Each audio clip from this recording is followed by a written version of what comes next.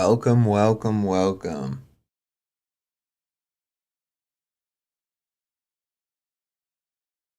Audio, testing audio.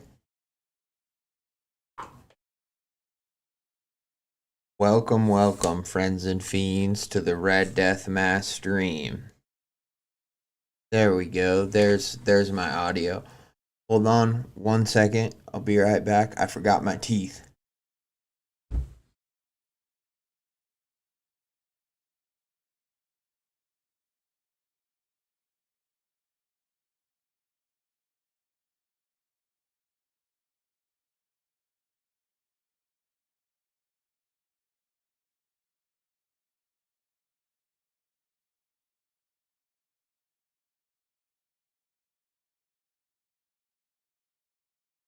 A man's always got to look his best. There we go. Thank you so much to everybody, first and foremost, who posted on my Calling All Authors writing help post on Tales from the Creeps, which, if you don't know, is the new Creepcast story subreddit. The mods have gone back and forth. Redditors have gone back and forth. For a long time, people were saying, let's put stories on Creepcast subreddit. Then a lot of the people on the community were complaining and saying, we're just here for the memes, we don't want stories, or we're just here for the fan art, we don't want stories. I say all this to say, hopefully now, finally, the war can be over between the authors and the fan art, artists or whoever else, the memers and the authors. And hopefully now we can all settle, and the Reg Creepcast main subreddit can be, you know, uh, what it is and what it was, while also Tales from the Creeps can hopefully, be a growing subreddit that can, you know, pick up the slack that No Sleep and other places leave behind, or that can be a place for specifically fans of Creepcasts who also have a love of writing and a love of reading stories can congregate and just really find find that next great story. You know what I mean? Because I do think that there are writers in the Creepcast community who can write that next great story, but it needs a place where it can get traction. You know what I mean? And what's unfortunate about it not being the main Creepcast subreddit anymore is that, yeah, it might have annoyed a lot of people, but there's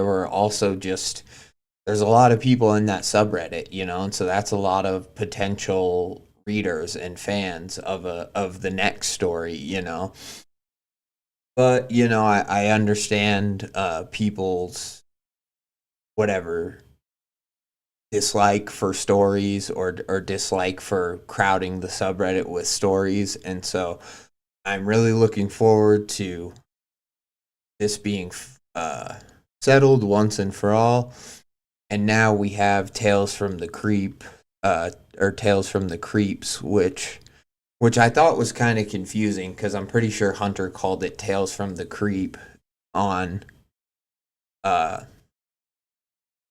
on the episode, but then after looking, I do believe this is the correct subreddit. Obviously there's a lot of people in it already, so yeah, I hope that we can all collectively, congregate here and begin reading and writing stories, and basically fucking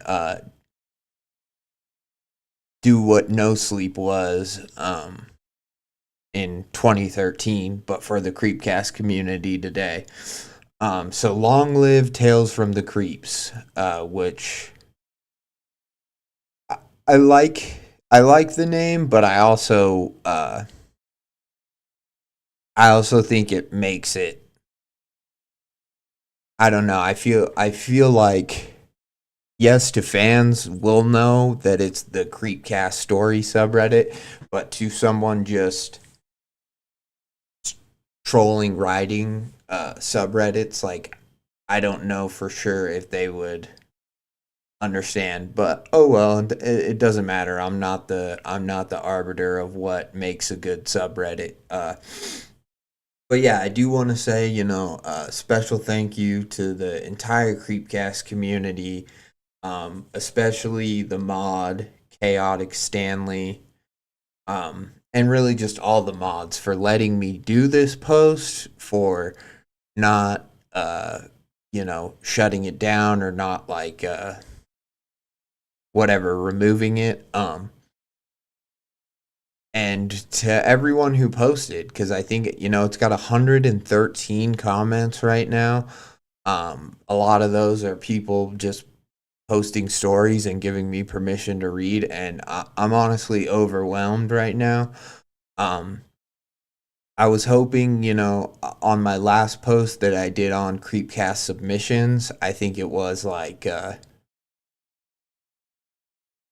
it ended up being like around 50 comments or something like that. And that I was blown away by that. But this post is like, not even 24 hours old yet. And already it has 170 upvotes and, 113 comments. So yeah, I'm super duper grateful, super duper, excited to check out these stories, to dive in. Um, uh, Here, this is my message to anyone who posted on this or commented on this post. If you commented a story or multiple stories, I plan on reading at least one of every single person who commented uh, at least one of their stories. Now, granted, like I just said, there was 100, so it might take me a long while to get there. But I absolutely. What up, Professor Creepin? What up, dog? I absolutely plan on getting to your stories. There's just a lot to go through.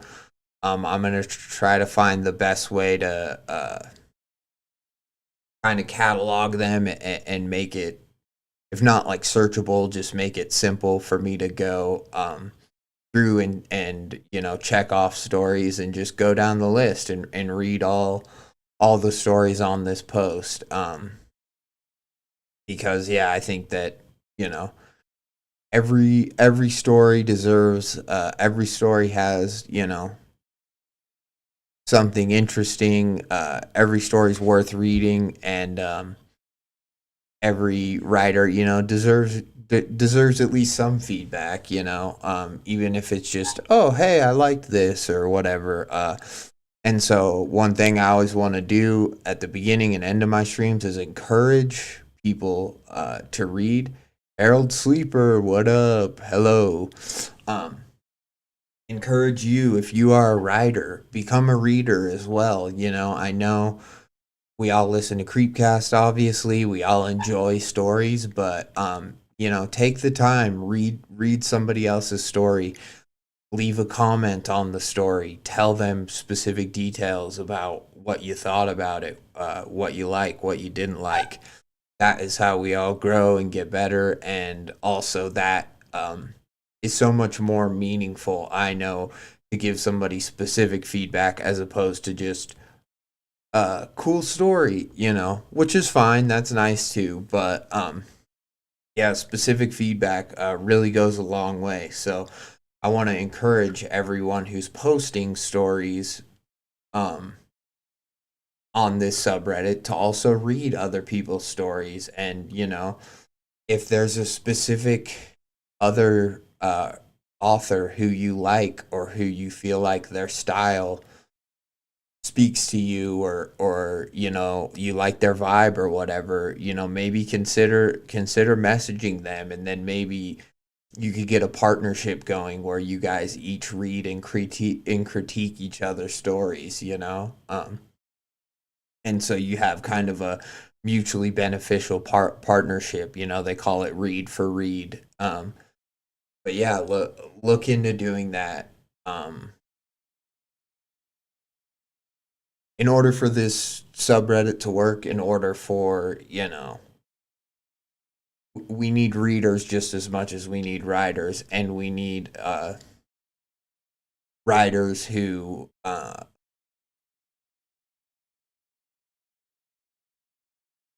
want to share their knowledge and want to help other writers grow. You know what I mean?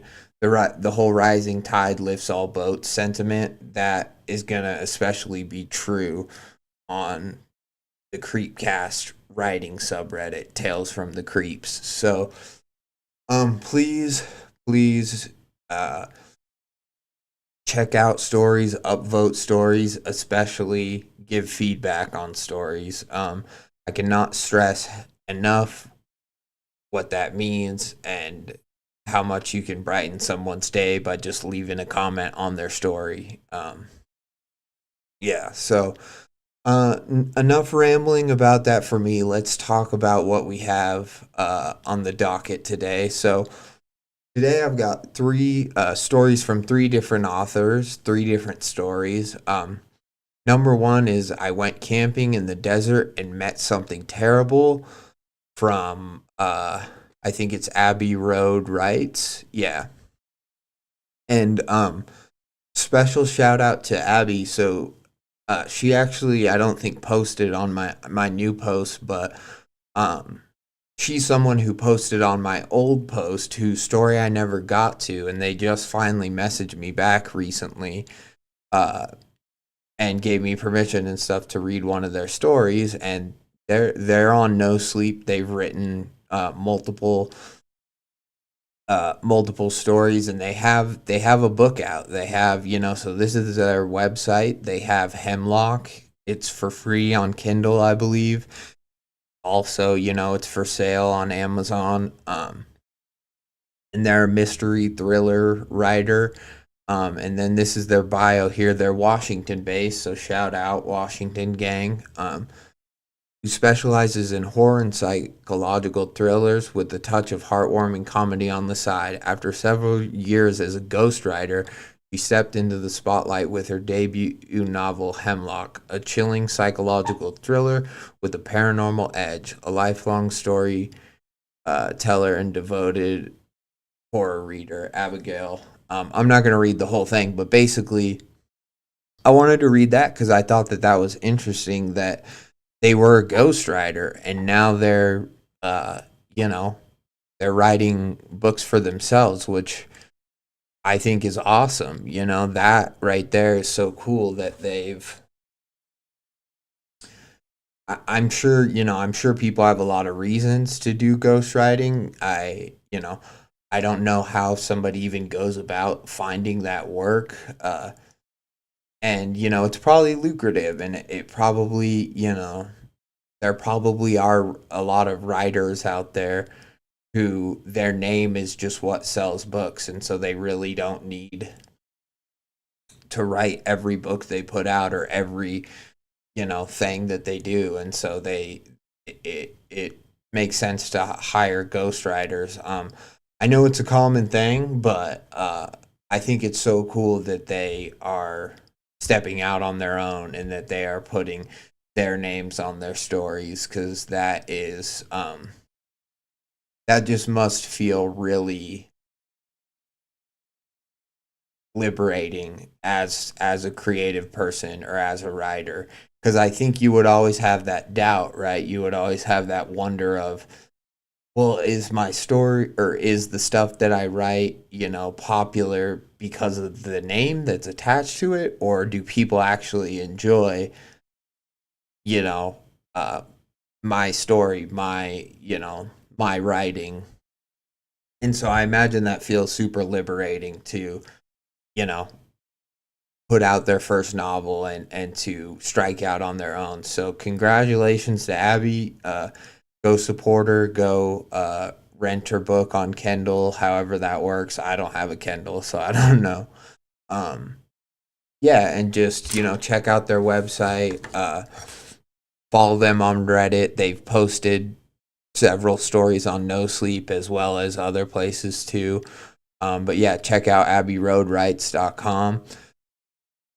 They are on their story is first on the list because, like I said, it's from my last post calling for stories. Now next we have Where the Trees Turn Red by Sufficient Leave 144. Long story short. um that's next on the list. And then finally we will end with I Can't Sleep Anymore. He Stands in the Yard Watching, from Danny with the Vibes. And so, yeah, that is what is on the docket today. I think it's going to be a great stream. I look forward to, you know, reading from lots of new writers. It seems like on this post, especially, I'm seeing a lot of new names that I've never seen before. That just makes me really excited because, yeah, it is for me one thing that it makes me the most excited when I read a story from someone I've never read before, which is common. I mean, I do that most streams is from someone I've never read before, but then also from people who are first time authors, or they're like, I've never written anything before, or just kind of like amateur new authors, people who are just trying writing for the first time. Maybe they've written a few stories, but I think that that's so cool, and that is what I love about the Reddit writing community and the creepcast slash creepypasta community is that not everyone's a professional, right? Not everyone has like a well polished, edited style where it it's like it's like a narrative style that you're used to as a reader, right? And so you could get people that are super conversational, people that just sound like they're doing an internet post, and that's really cool. That's what I like about it so much. I like the unpolished nature of it. I like the anything could happen. The story could go anywhere. The narrative rules that we're used to seeing in like movies and books and stuff and TV shows, like those rules can be broken. A story can take a left turn, a main character can just die, whatever. I think that is one of the cool the unpredictability of like creepy pasta is really fun, and so I look forward to yeah, just checking out all these new stories. I'm really excited. So thank you. Um yeah, thank you to everyone who posted on the post calling all authors on in the Tales from the Creeps subreddit. But also the post is still open. So, if you want to, your story's gonna be it's gonna be in a line. Don't get me wrong, but don't be discouraged. Post your stories, or check out the stories that are on here too. There's a lot of stories have been posted, and a lot of people who are brand new authors. So who knows? We could have the next Stephen King or Cormac McCarthy on this list. You know what I mean? We just don't know yet, and I think that's what makes it exciting, at least for me. So here we go. Sorry, I gotta take a few deep breaths. I'm nervous. I don't normally get nervous, but I think it's more just that I want this stream to be good, right? Because I know that maybe some new people will be watching, and so I'm a little like, it's gotta kick ass, you know. But anyways,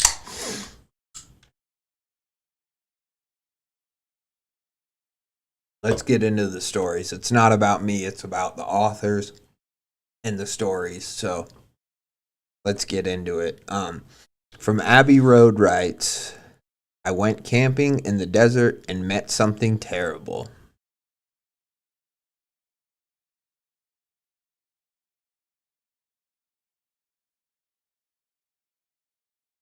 A few nights ago, I went camping with my cousin Theo and our friend Leilani.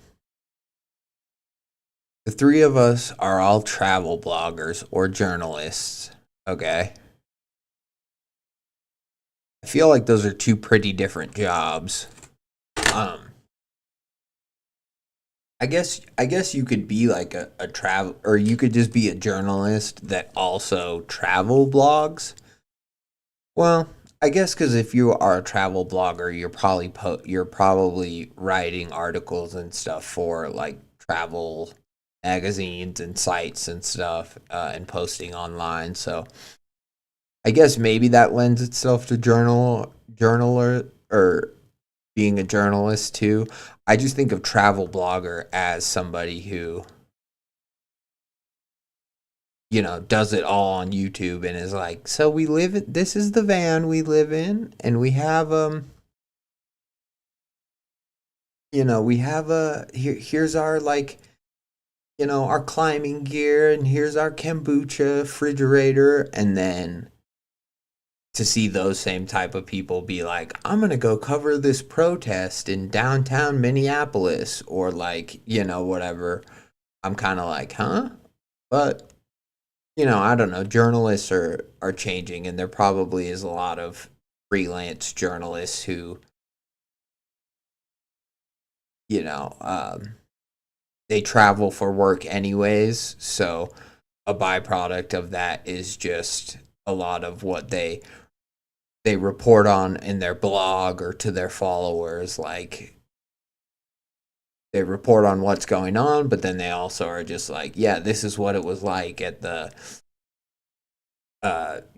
Stanley Hotel up in Aspen is like a place that I see a lot of people who come to Colorado. At least I see a lot of people posting about like, this is what that was like, or this is what this is like in the Rocky Mountains, stuff like that. So that's an interesting quality for the characters.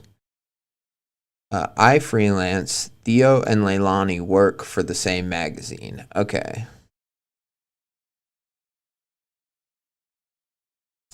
Harold Sleeper. Yes, I did get your Harold. I got your message. Here, we'll just hash this out right now. I will read some of your stuff live at some point. I wasn't gonna do it on today's stream just because it came in kind of late. So if you're hanging around hoping that I'll read it on today's stream, I'm sorry, but not today.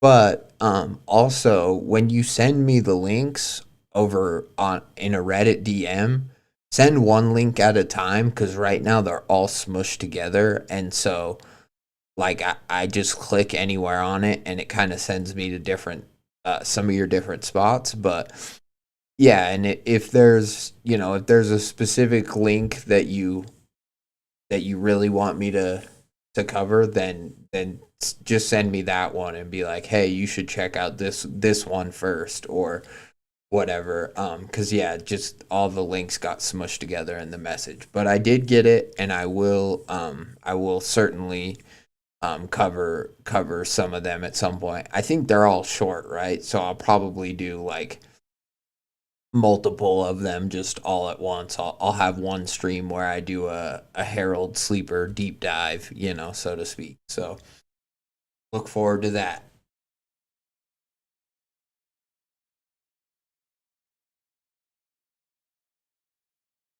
No worries, man. I fucking hate Reddit because anytime I try to space stuff out in messages, I hit enter hoping that like on a computer at least hoping that it'll tab down or whatever, and I end up sending half written messages like all the time.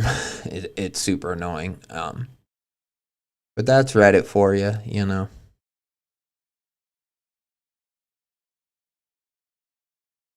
Uh, work for the same magazine, and a lot of what we do is just going to various locations together, then writing about whatever aspect of it our readers are interested in. Theo does all the nature stuff, hiking, camping, survivalist stuff. Remind me to tell you about our trip through Appalachia last year. Yikes. Anyway, branch Theo wanted to branch out of the mountains and try an excursion in the desert near Navajo territory. We found a remote camping spot, set up tents, and started a campfire. Okay, so anyways, this started very fast. I feel like we know more about Theo and at least about Theo in terms of our because we have a trio here. And yeah, we know the most about Theo, which is fine. But I do like how quickly the story kind of gets us out to our point, and it kind of makes sense for like um for a reporter or a travel blogger, because you know that's a profession where they say, we want X amount of words about the Grand Canyon. And so it kind of makes sense to me that it would be so kind of brief and get us there. Because yeah, like that that that could have been a lot longer of a thing. We could have gotten more about our characters. We could have gotten, stuff about like the struggles of living, on the road, or just there could have been a lot of ways that go, but I like that it's kind of so matter of fact and just gets us there. We're in Navajo territory. We're at a remote camping spot. They just set up their tents and started a campfire. You know what I mean? That's cool. I think that style like of narrative lends itself well to an online horror story, because that's one thing I think a lot of people whose stories aren't doing as well as they want them to, a lot of them have like a slow beginning that I'm like, if you just got to, not the creepy part because you want to build suspense, but if you just got to like the setting or um the kind of build up quicker, if you got to that point where stuff can finally happen, because there's a lot of stories where you read where it's like you're not at a point where stuff can happen yet, and you've been reading it for like 10-15 minutes. So that's kind of my point, is that just get, if you want your story to do well, especially an online stuff, it's like get to where stuff can happen as quickly as you can as a writer. And this story does that. So Leilani has been reading a lot about protective rituals. We run into a lot of weird stuff. what can I say? Okay, so I'm thinking because it mentioned that thing about the trip through Appalachia. I'm thinking that our abiroadwrites, our writer here, she might use this trio to tell multiple stories, which is kind of cool because now I'm like, this post is new to me because one of her books is called like something about Appalachia, and so I'm wondering if she kind of uses this trio as like a, you know, to tell different stories in different parts of the country, which is kind of cool to have reoccurring characters for your horror online horror stories. Usually you got to get to know a brand new character each time, but I kind of like the idea of using the same people. I think that's actually very clever, and it would establish a connection with the readership, right? Like we know if I've read one of these stories before, then I know Theo, I know Leilani, and that is fun for me as a reader.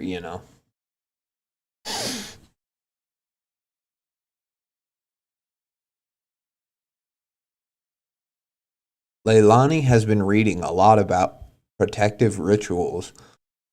We run into a lot of weird stuff. What can I say?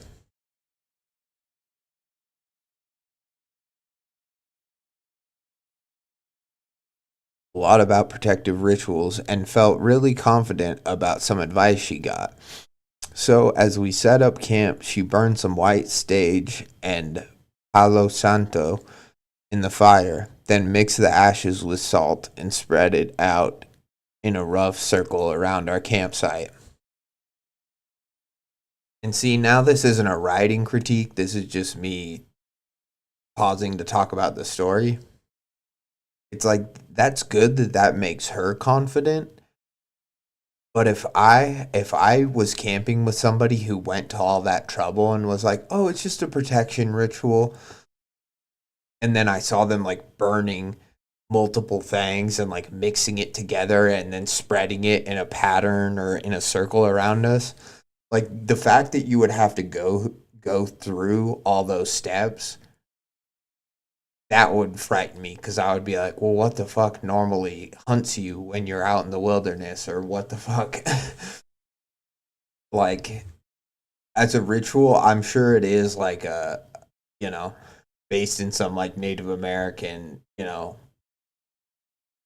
whatever ritual that like makes sense. But I'm also like, if I was just camping with that person,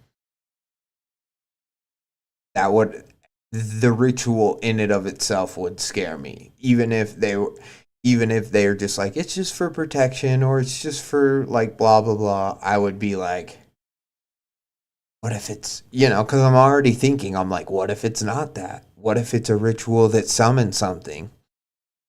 What if they're meaning to like purge the area of evil spirits, but they do that and it just ends up angering the spirits or something, you know what I mean? So already I feel like so much can go wrong with a ritual that I'm like, oh god. The three of us then mix the ashes with salt and spread it out in a rough circle around our campsite. The three of us laughed about it as she did, not really believing it would do much, except Leilani, but willing to waste the time if nothing else. It was well after dark when I offered to run back to the car to grab the food we had brought for dinner. The car was parked a ways off from our campsite, and I left Theo and Leilani chatting and laughing by the fire, feeling comfortable in the warm desert night.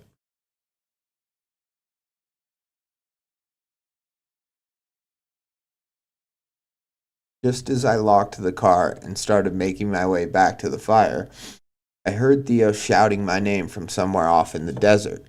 I yelled back, asking what he wanted, what he wanted and heard him respond, this time his voice coming from the direction of our campfire. Don't say anything else. Get back to the fire as fast as you can. Interesting. So pause here again. Sorry. I've been meaning to do this. I will try to say pause when I go into talking about the story rather than reading it, so that way, because I know for some people listening, they can get confused when I'm just breaking off to talk because there's not like music in the background and stuff. But yeah, so pause here. Don't say anything else. Get back. So I'm thinking she heard. So yeah, I'm thinking we've got some sort of a skinwalker here, because it sounds like his voice was mimicked off, like, not near the fire. Like, it wasn't coming from the same direction as of the fire, from somewhere off in the desert. So yeah, it was somewhere off in the desert she heard Theo. And then but then Theo responded, so from the fire. So I think he must have heard his name too, or his voice out in the wilderness too, which obviously is scary. And again, with this whole ritual thing, I'm like, well, so what? So what? The protection ritual fucking really did a lot there. You know what I mean? It's just, yeah. That's why shit like that.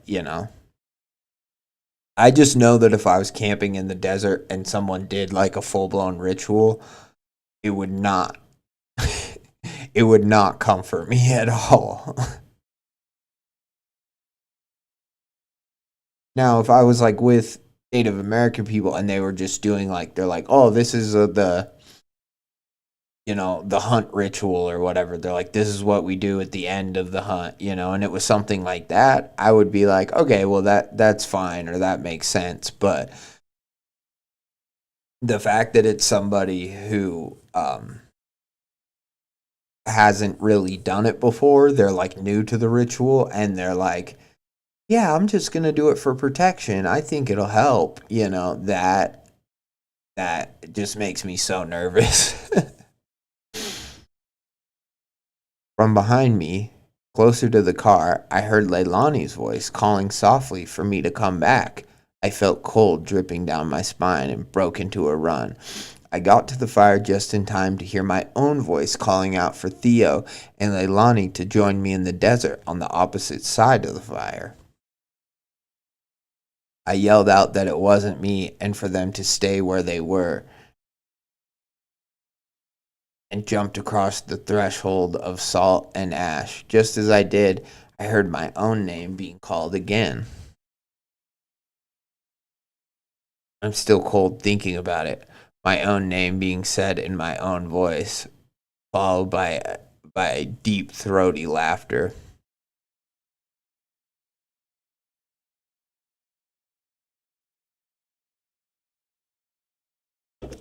So there's one thing I kind of have to say here that I don't know if it would bother everyone reading.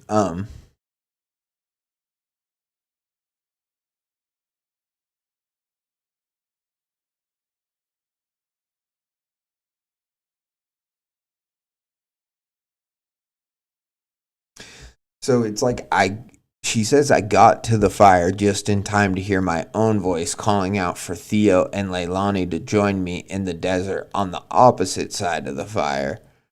I yelled out that it wasn't me and for them to stay where they were. But I feel like they would know that it's not her because they would see her run back to the fire and then they would hear this voice calling out from the distance. So,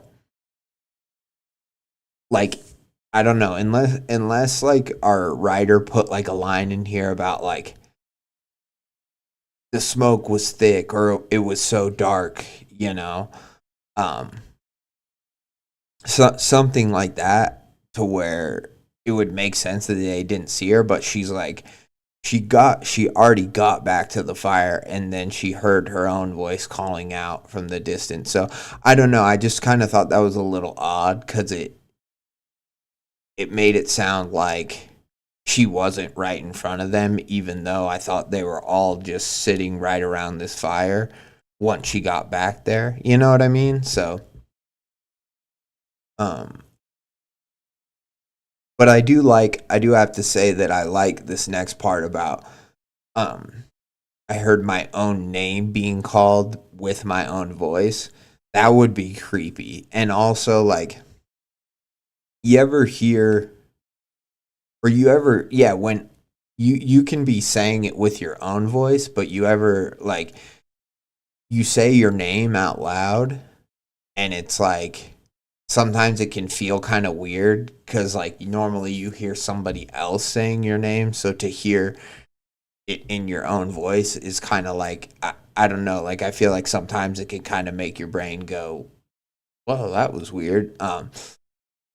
So then in this circumstance, out in the desert, it's dark or it's like getting dark and there's a fire, and then to hear your voice being like, "Come back," whatever your name is, "Come back, Theo. Come back, Leilani," in their voices would be creepy. And then with the deep throaty laughter. Theo, Leilani, and I stared at each other in horror and huddled closer to the fire as Theo threw more sage onto the fire, uh, scooping white ash onto his wood chopping axe. The voice hissed derisively from the darkness as a pale face came into view. It was clearly human, but looked all wrong. The face was stretched and thin in all the wrong places, while wrinkled and leathery as if it had been stretched out and pressed back into place over and over. Hmm.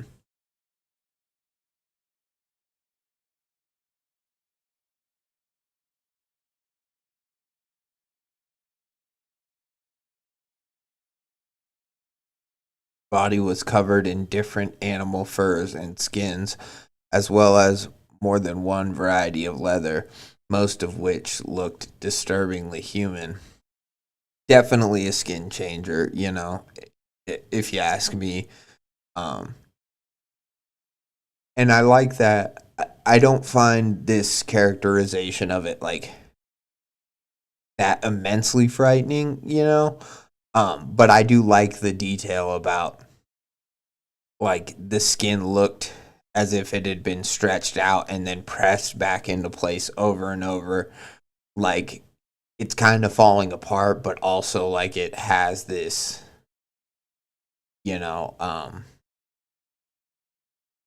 whatever, like Play-Doh, like, or like rubber quality to it where it gets kind of stretched out and it's been put back into place, or it's been shifted around so much that it just looks kind of fucked up. The creature smiled and crouched a few feet away from the ring of ash. It grabbed a stick and leaned forward, an amused look in its eyes, as if about to tell a joke, then pushed the ash with the stick and said, "Oh, oh no, your border is broken, friends."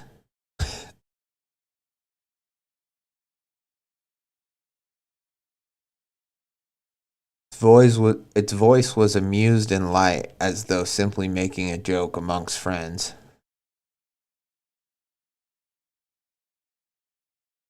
I looked at Theo.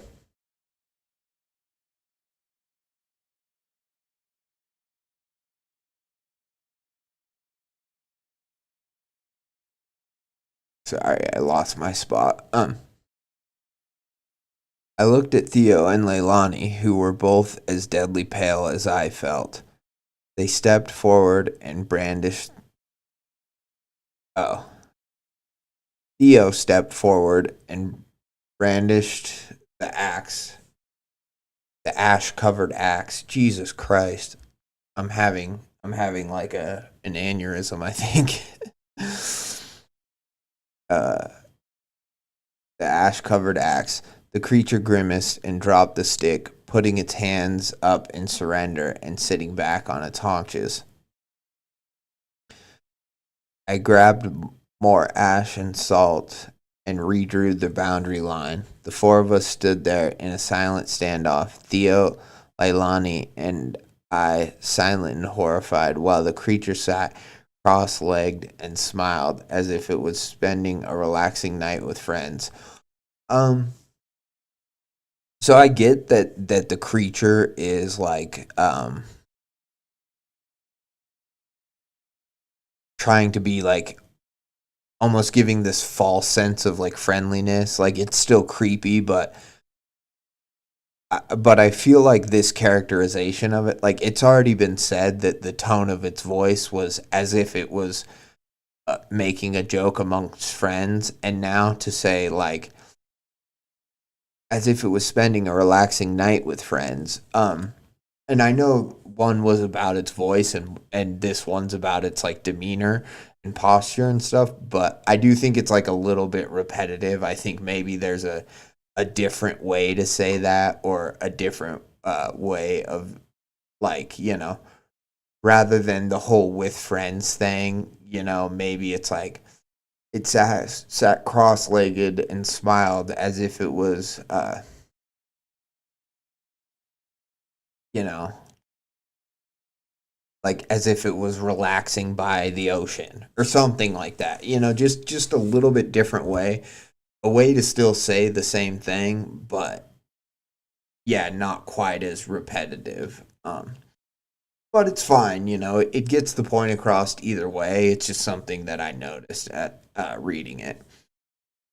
It gestured to the cooler bag full of food and said, "Aren't you going to eat? Please don't allow me to impose." I also do find myself wondering, what voice is it? Is it still using one of their voices? Because it says that the voice is like kind, you know. Um,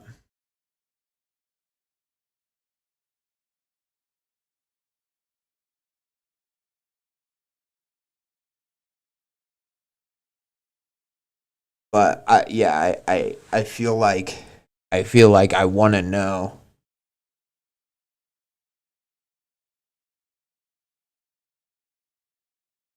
I don't know. I know it said something about the voice earlier, but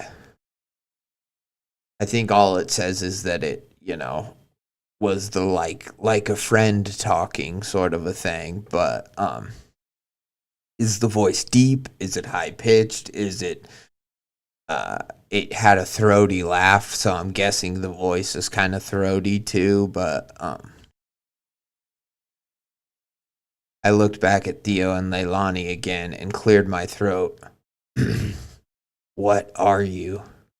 The creature laughed and spoke back, first in what I assume must be its own voice, changing slowly between its voice, my own voice, Theo's, and Leilani as it talked.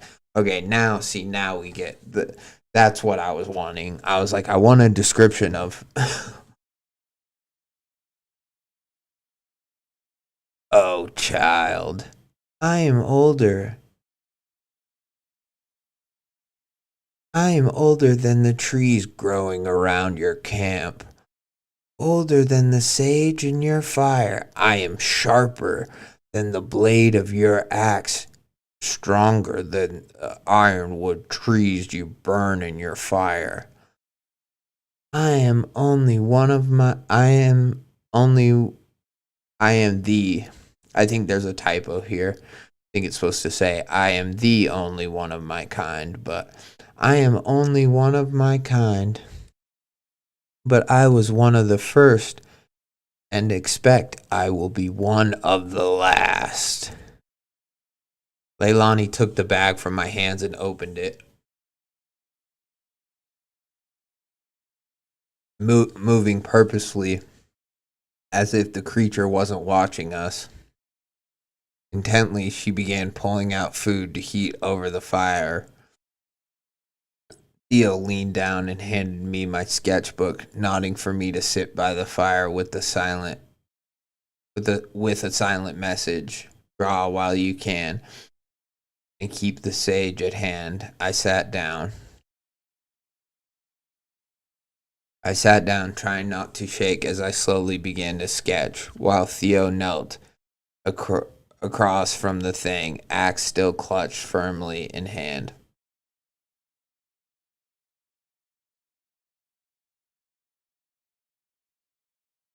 I leaned forward, letting the firelight dance across its face and glow in its eyes, but maintaining a respectful distance from our boundary lines. Ah, it's been a long time since my portrait was taken. What a lovely group for me to find myself in company with. Leilani glanced over, looking at the thing as if it were simply an unwelcome guest overstaying its welcome, and gestured at it absently with a kebab. What do you want? The creature smiled again, reminding me jarringly of my grandfather. Not that my grandfather was a nightmarish, voice stealing creature, but something about it seemed almost paternal, as if he really was just chilling by the fire with his grandkids. Not your food, if that's what you're asking me. I find far better nourishment in other ways. Well, that's menacing. I looked up from my sketch, trying to keep a casual expression, and looked at Theo and Leilani out of the corner of my eyes to see their stony expressions. None of us asked for clarification, and the creature offered none, instead watching the three of us silently. As Leilani finished cooking, it sighed and stood up like it was stretching, and walked slow circles around our campsite. Pay no mind to me. I had no intention of ruining your night. I merely like to listen. We sat in silence for a while, then slowly resumed a stilted conversation, trying to pretend that nothing was wrong, discussing the day, our plans, and the next leg of our journey, and finally choosing to talk about the scenery. See, but that's the thing. It might literally eat your voices. So why are you I would not give it what it wants. I would be like, I would be like, well, we're not going to talk for the rest of the night. If you just want to sit here and listen, then we're not going to say anything. You know what I mean? And yeah, that might be like too combative, but I also think you're taking a big risk by like letting it just hear you guys go on about the scenery and stuff. It might it might not even the protection ritual might not even hold it back, and so that it might just be staying on the other side of the line just to give you a false sense of security, and then once it hears your voice enough to fully steal it or whatever, it's gonna fucking jump over the line. So I don't know.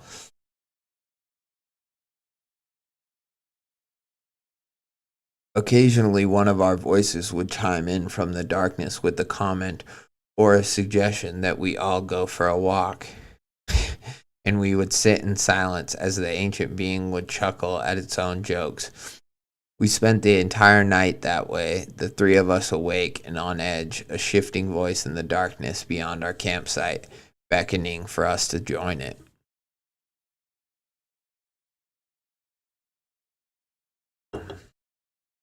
Late in the night, it rejoined the firelight with a friendly smile that made my blood run cold. It said, "Don't young people like to tell stories anymore?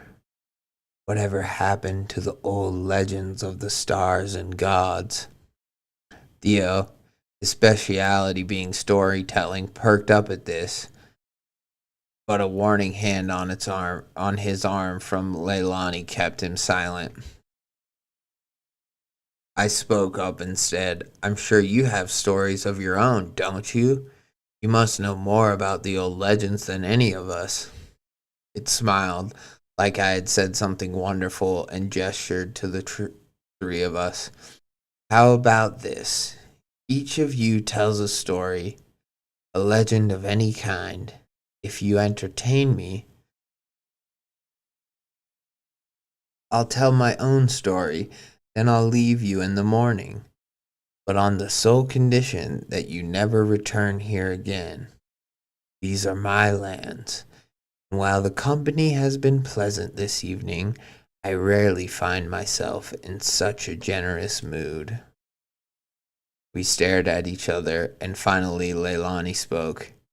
"You just want to hear campfire stories? That's all we have to do for you to guarantee we leave here alive?" The creature nodded, skin pulling back from its face in a wide smile, and waited. The three of us silently agreed, and Theo nodded for me to take the lead. I looked down at the sketchbook in my hand, and smiled.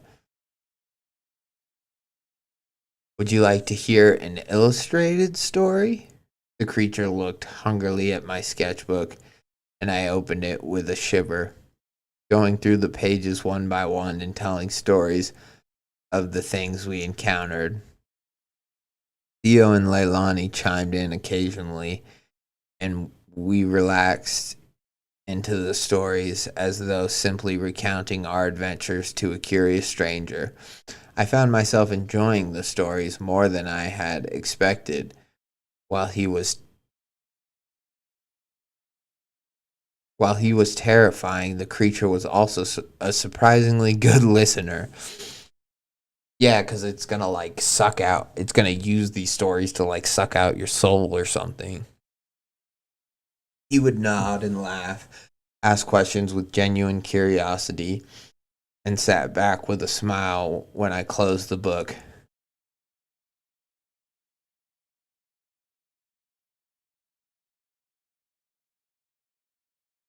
"Oh, yes, I chose the right fire tonight,"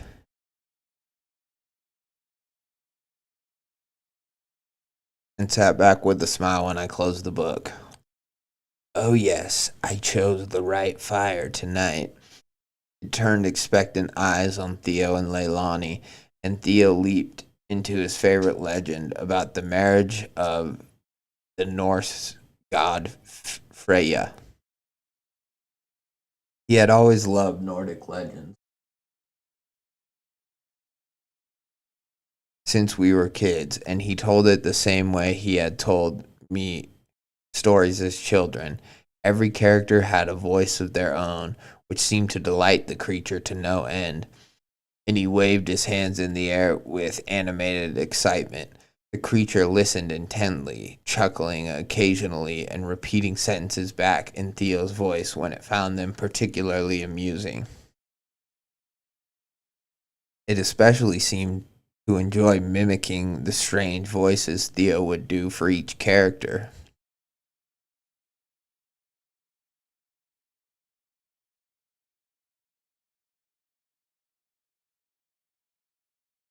I felt a shiver watching them interact. In another world, I could imagine this being one of Theo's friends. It was hard to see the thing in front of us as anything other than a monster, but the storytelling seemed to be bringing out its human side. Theo wrapped up the story with a satisfied smile, and the creature turned to Leilani, who looked at us with a smile that made my bones feel brittle with anxiety. She had something planned, and I had the sinking feeling I wasn't going to like it at all. She began. "It was a dark night, darker than this one, as a young man was walking home late on a deserted road. His route took him past a cemetery, and as he walked past the gates, he got a he got the creeping feeling he was being followed. After a few steps, he heard a bump from behind him. Too afraid to look, he walked faster, but the noise continued getting louder. Bump, scrape, bump, scrape, on and on, closing the distance. He finally turned around to see a coffin, barely illuminated by a streetlight, standing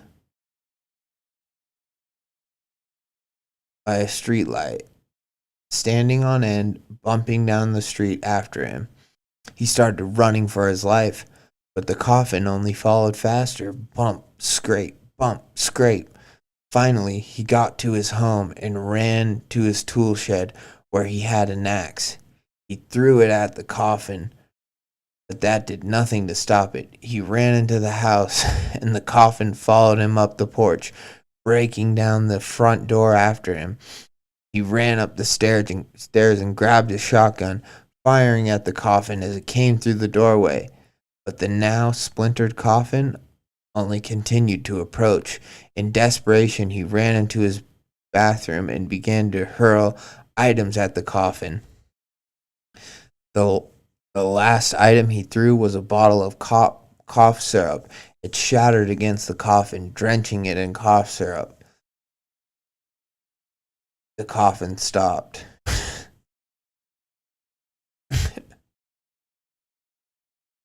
So yeah,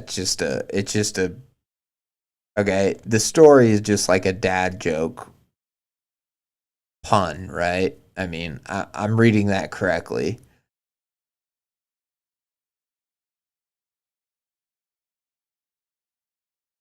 The coffins the coffin stopped.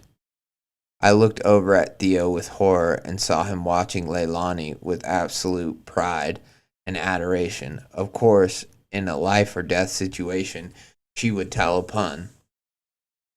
The creature had its head slightly bent, repeating the last part of Leilani's stories in her voice, then its own. After a moment, it looked up with a completely serious expression. Cough syrup stopped the coffin. Leilani nodded, smiling broadly.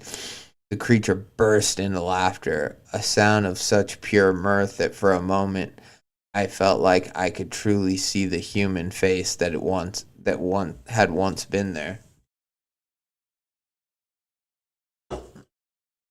The creature leaned back, still grinning, and looked at each of us in turn.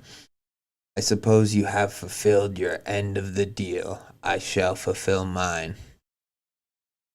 Theo added another bundle of sticks to the fire, and Leilani put on a pot of water to boil, nodding for me to grab tea and our cups out of the pack.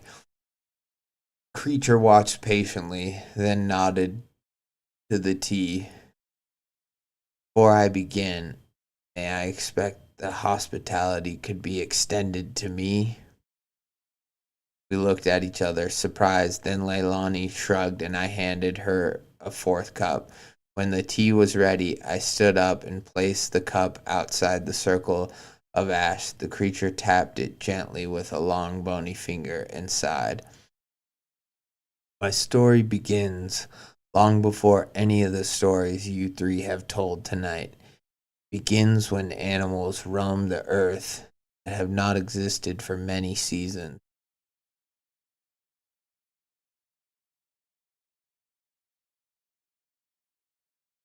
I was a young man, a hunter, and a skilled one, but try as I might, I could do nothing to elevate my status amongst my people. No matter the kills I brought home or the danger I stopped, it seemed that my position remained one of absolute mediocrity. There was little room for me to grow among my own people, so I left home, promising to return when I had achieved greatness, and only then. My goal was always to return to the place was always to return to a place of high standing, my rightful place. He paused to sip his tea, his face cold and a faraway look in his eyes. His face began to morph slightly, no longer the deadly face of an inhuman creature. He had the handsome but haughty face of a young man. He had dark hair, high, strong cheekbones, a slim but strong jaw, and large bony nose. The features were like shadows, though, shifting and indistinct. The jaw could be square one moment, slightly rounder the next. The nose seemed to change size and shape constantly. The only thing that remained steady were the sharp, high cheekbones, set eyes. Oh, Stella. Uh, I realized that what I was seeing was his clearest memory of what he had looked like as a young man.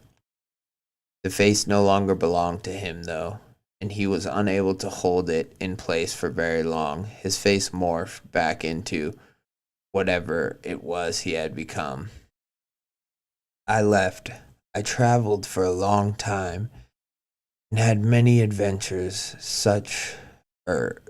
many adventures, much like the three of you, but none of it was enough until one day I found a man living alone amongst the desecrated remains of a large village. His face shifted again, this time to an older man. Ugly scars and lines cut deep through his face, and there was a coldness to his dark leathery skin that made me feel sick. Where the younger man had been haughty with the eyes of a warrior, this man was shifty, vengeful, and weak in the kind of way that turns people evil. This face looked wrong on the creature, though. The quality seemed indistinct, reminding me of Halloween masks. The details were clear enough, but there was nothing human behind those eyes. Clearly, something had happened, and I told him I would avenge whatever tragedy had befallen his land. But before I could finish speaking, he took the pelt from his back and brought it over his face, transforming into an animal you would no longer have a name for.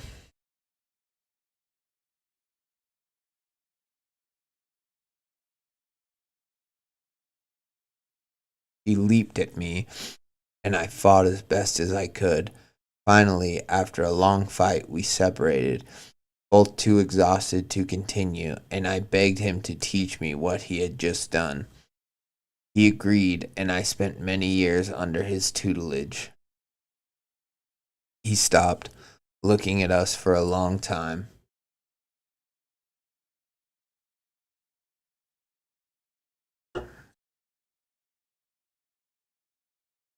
You have no.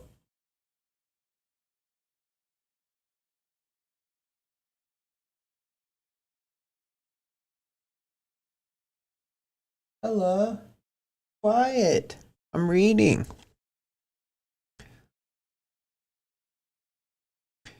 He stopped, looking at us for a long time.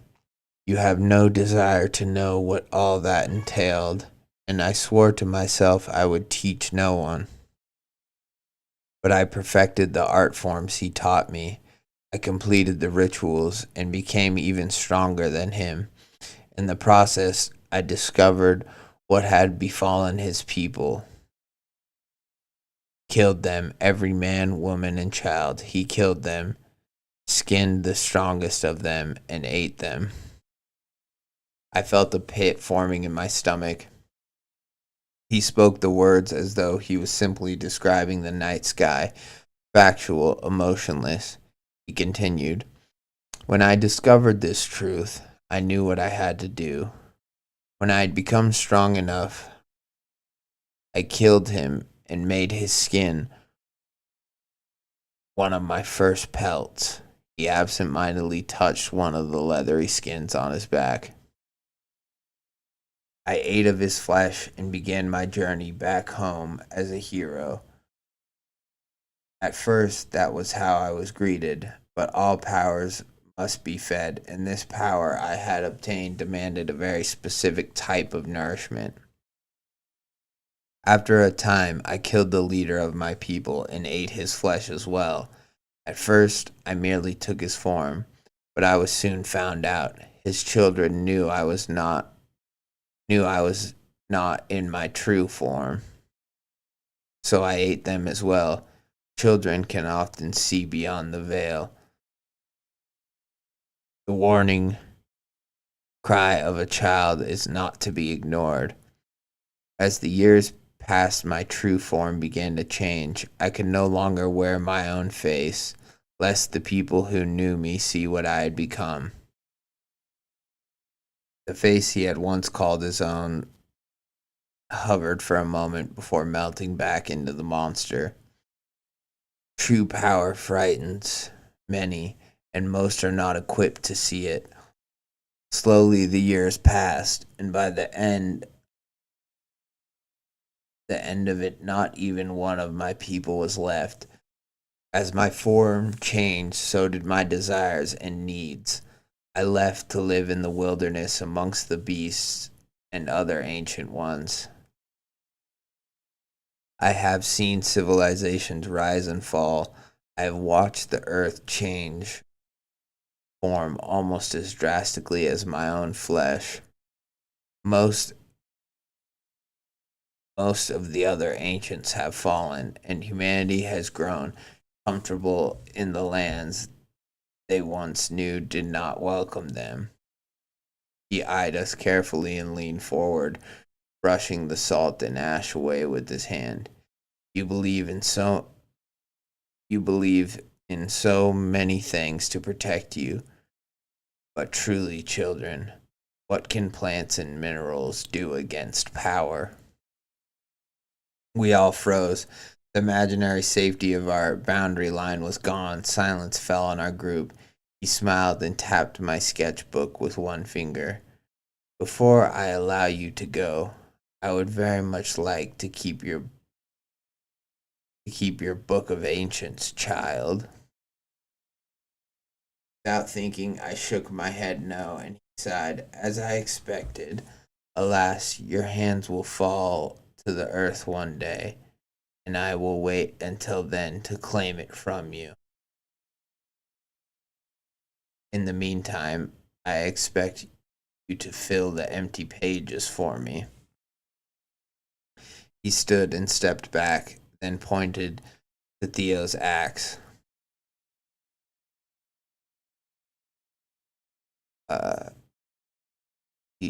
He stood and stepped back, then pointed to Theo's axe.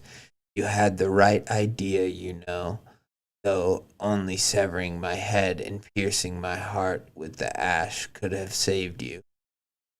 And I doubt you could have managed that before I could overtake you. Theo spoke up. Why didn't you kill us too?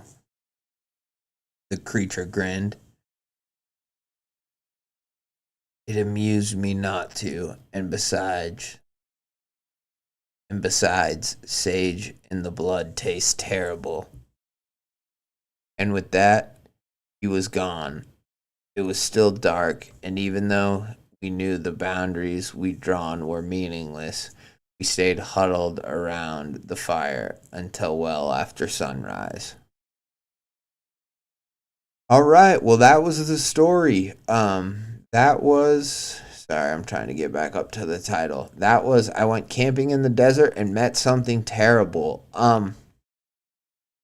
So I do think this is part of like a series, if you want to call it, or I'm getting the vibes that these characters reoccur in her writing. Because this whole idea of like the sketchbook and Theo just handing it to her and her sketching the creature, and then the fact that she has other ancients in it, it's like she must do sketches for each weird thing they encounter in all their travels.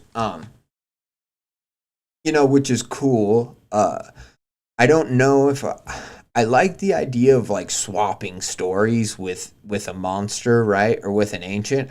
I think that's cool. I think where the story kind of lost me a bit is like, I don't know, the way the creature talks, first of all, like I get it, it's this ancient skin changing being. But to hear a creature use the word like tutelage, and use the words like mediocrity or whatever. Um, I don't know. Like to me, I would have liked to it to have like slightly older language, especially when it's like not copying, when it's like speaking for itself. If it's copying other people, then fine. But when it says like, I was living in my village and I was, you know, um,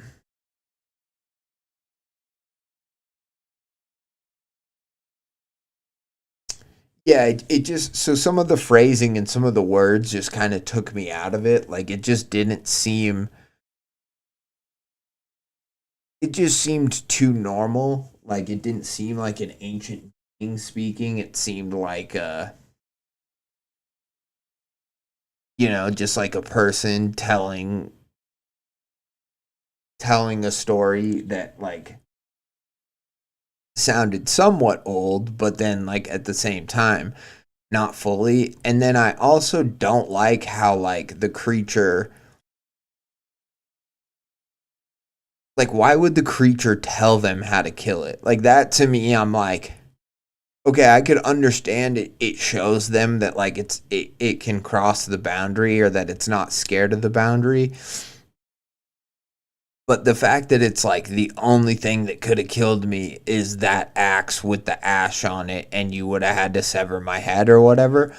I'm like, I don't know. To me, like that just takes a lot of the menacing nature out of it. And I understand like that,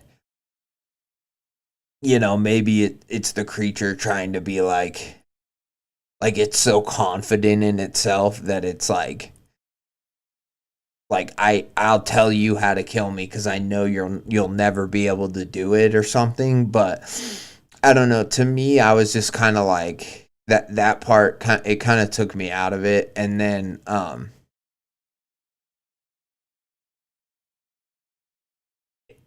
yeah, and then just like the whole idea of like it wants the book of ancients. I don't know. I guess that makes sense, but I also like, I don't know. I don't buy that. I guess maybe the reason it didn't just take it is because it like wants it to have, it wants it to be full. So I don't know. I guess that part kind of makes sense, but just the fact that it's like I expect you to fill the empty pages, and then it immediately goes into, you had the right idea. Though only severing my head and piercing my heart with the ash could have saved you. Um, yeah, that just really kind of took me out of it. And then I do like the touch of like, why didn't you kill us too? And it's just like, oh, because like sage makes your blood taste bad. Like it's not that it doesn't want to. It's just like, oh, you guys kind of spoiled the meal with the sage. You know what I mean? Um, that is kind of more fun. I like that idea of like kill the idea of this creature being so powerful and stuff that like killing you is so like inconsequential to it, that the only reason that it's not going to kill you because it's like, oh, I don't have the right kind of like barbecue sauce to go with your corpse or whatever. Like I think that is like a fun kind of menacing touch. And yeah, overall I like the concept of, again, like a skin changer, but instead of it just like mimicking you from a distance and trying to lure you away, it comes up close and it kind of swaps stories. I think that's a cool, like, kind of different element on it. It's kind of a different take on like a skin changer rather than a stolen tongues type of creature, which that creature eventually did talk to them too, and like would talk to them in their dreams and stuff. But it was a lot more like running on the roof and trying to lure you away and stuff like that. So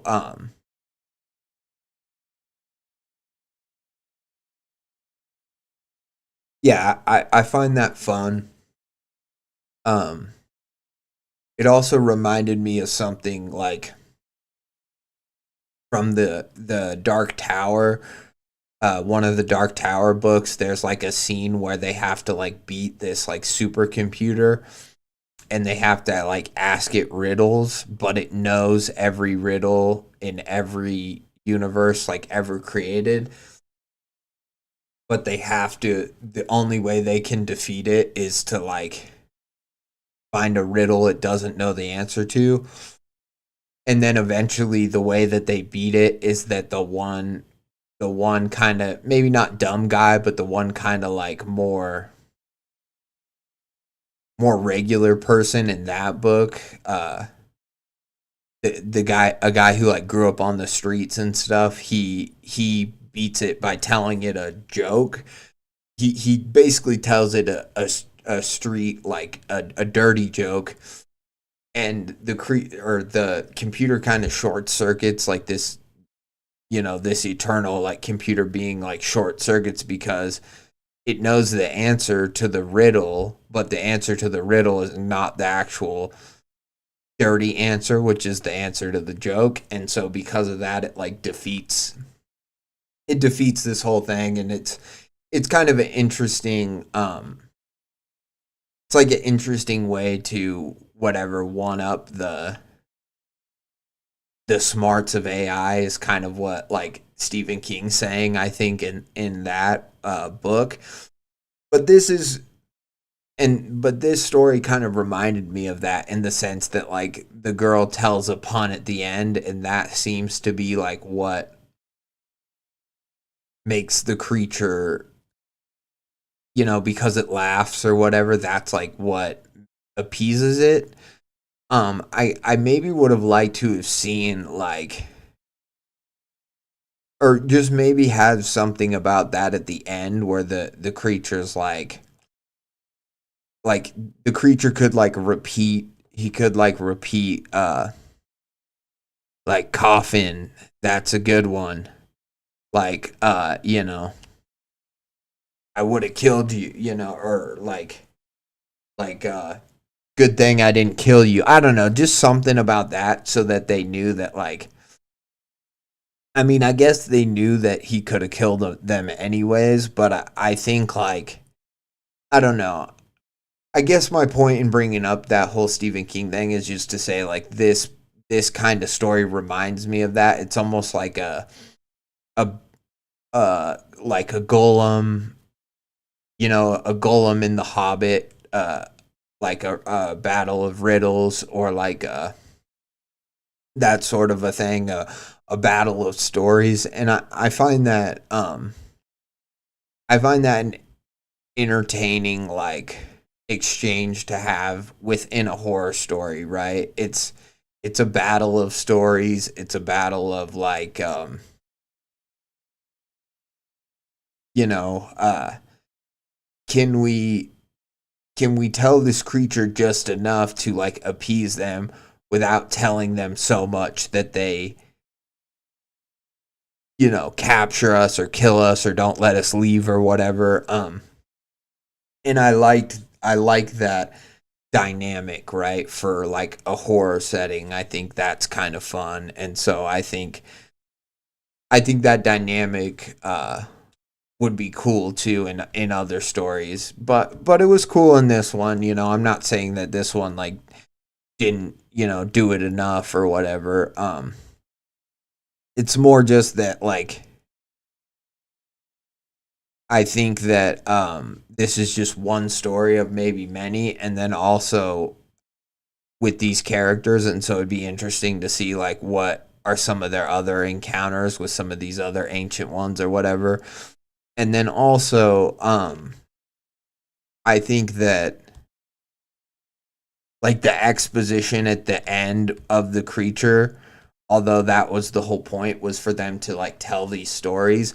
I do think that it just went like a little overboard with like, I met a man who had killed his whole village and he was a skin changer too. And I learned, he taught me how to skin change and then I killed him and then I ate him. I don't know. I guess like I didn't need to hear all that and I didn't need to hear like all the stuff about like, and then I went back to my village and then I killed the village elder. But then his children recognized me, so then I killed them. I just at that point I was like, it's taking all the mystique out of this like skin changer. Like we already know what it is, that it's like this skinwalker ancient being or whatever. But to have the story kind of go on that long, I guess, it just kind of, to me, it took a lot of the mystique away from the creature. Where, to me, if it's an ancient, whatever, skin changing being, I'm going to expect it to have. I'm going to expect when it tells its story, even if it does tell like kind of a long story, I'm going to expect it to be more,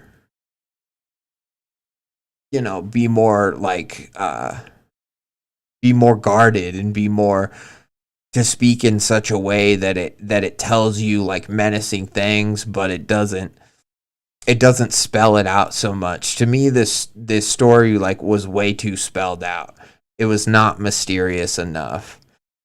And so that's kind of where it lost me a little bit. But overall, it's a cool concept. It's a cool story.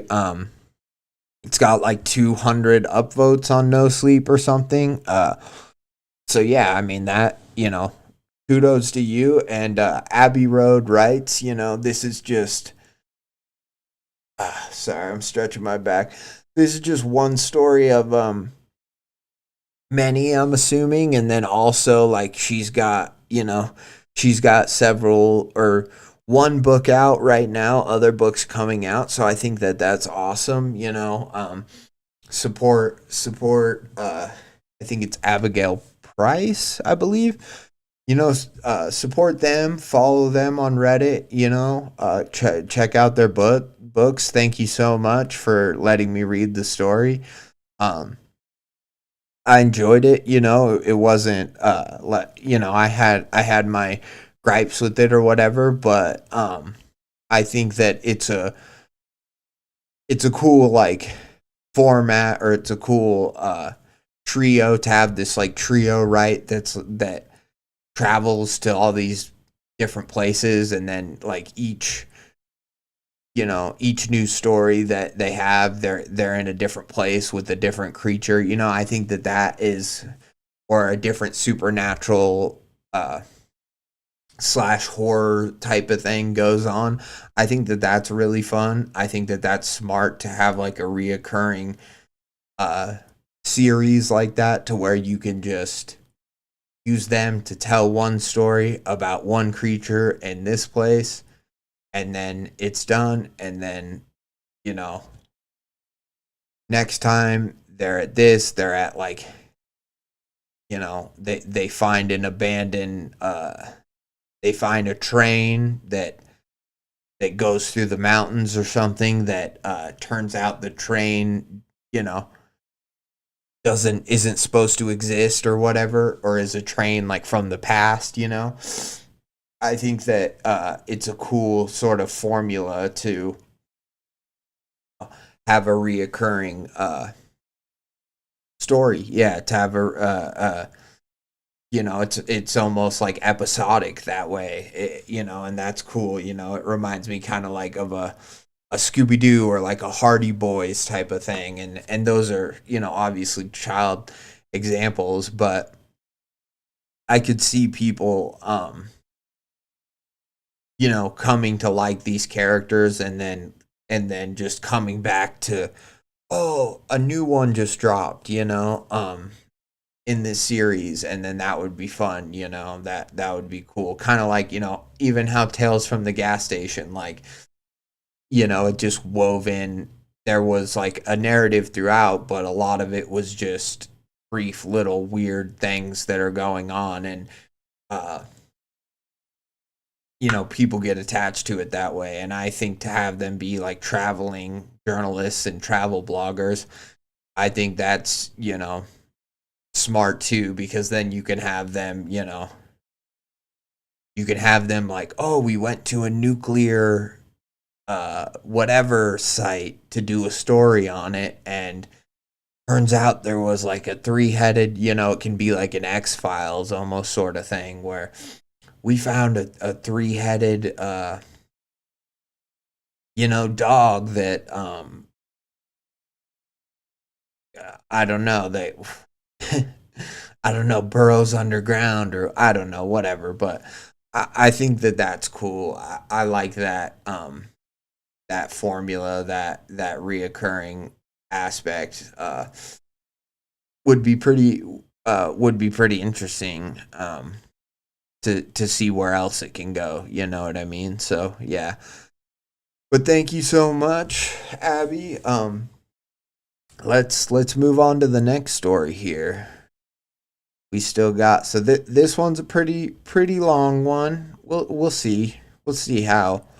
I think it's still only one part, but it is kind of on the longer side, so might as well just get into it. This is Where the Trees Turn Red, I believe. Yeah, Where the Trees Turn Red, by Sufficient Leave 144.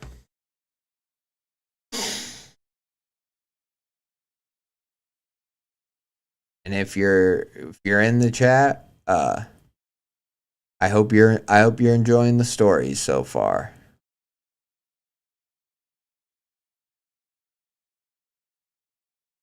Sorry, I just want to check. Like to check. Just double check that nothing happened on my stream that I wasn't aware of, Where the Trees Turn Red. Some say it marched out from under a bloody moon, here to expel our town of all hope, a monster to punish the naive prospectors of Maple Oaks.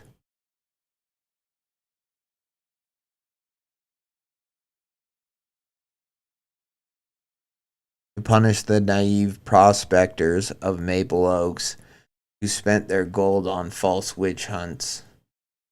An avenger of the young woman burnt at the pyre, drowning the land for rebirth. Drowning the land for rebirth. Others say it was summoned within the forest, rendering a body of shimmering water.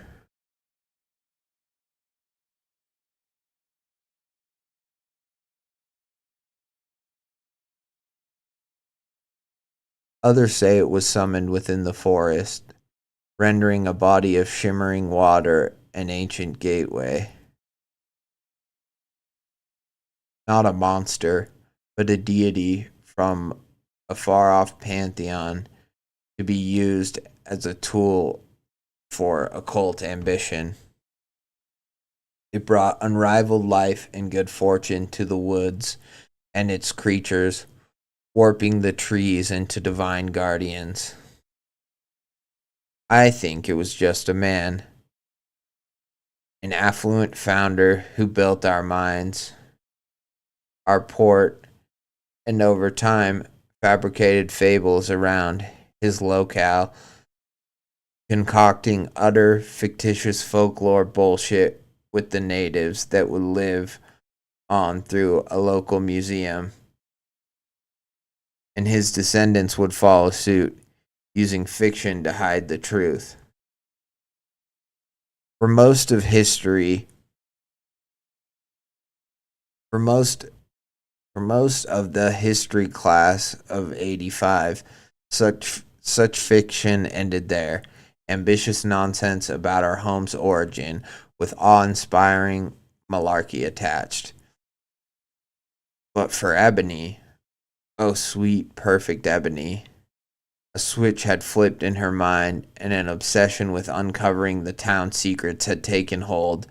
Some ancient remnant of this thing, whatever it was, must linger somewhere out there in the woods or across the shore. Legends need some grain of truth, right?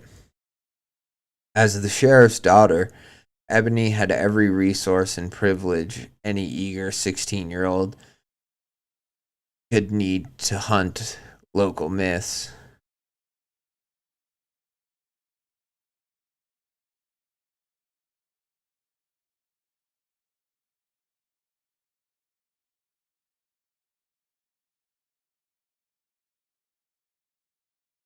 Sorry, my back's bugging me and my teeth are bugging me. I don't know. Maybe I should have stretched. I'll stretch before the next stream. As the sheriff's, yeah, okay, Ebony had every need to, but for as keen as she was, her father still set borders. Go dig up the beach and explore the woods. That's fine, but don't go too far out. Don't go at night. Don't go alone if it can be helped. And like any spoiled, rotten teenager, Ebony ignored all parental guidelines. This was her quest. She was invincible. I feel like we don't often get this third person, like omniscient almost narrator. We don't know for sure that it's like a third.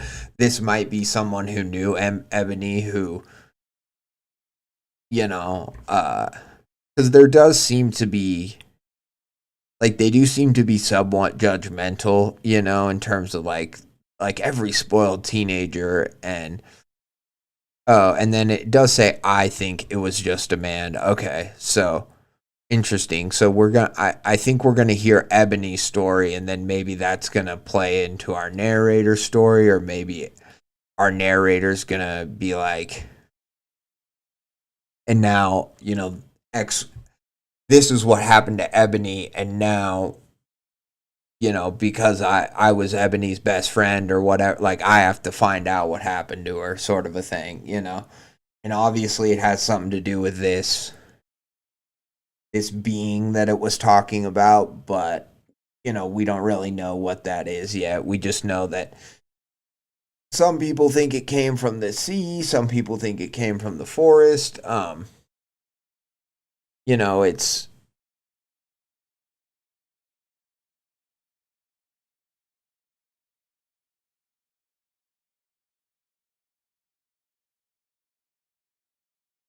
the naive prospectors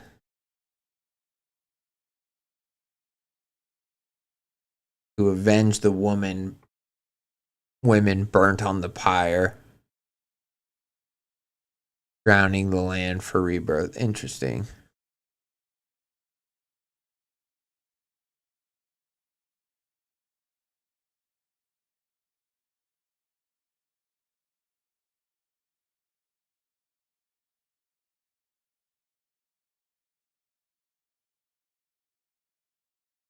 So there, I was just trying to get a handle on like these two, in terms of the folklore for this being. It sounds like there's two schools of thought. One school of thought, they think that it's like a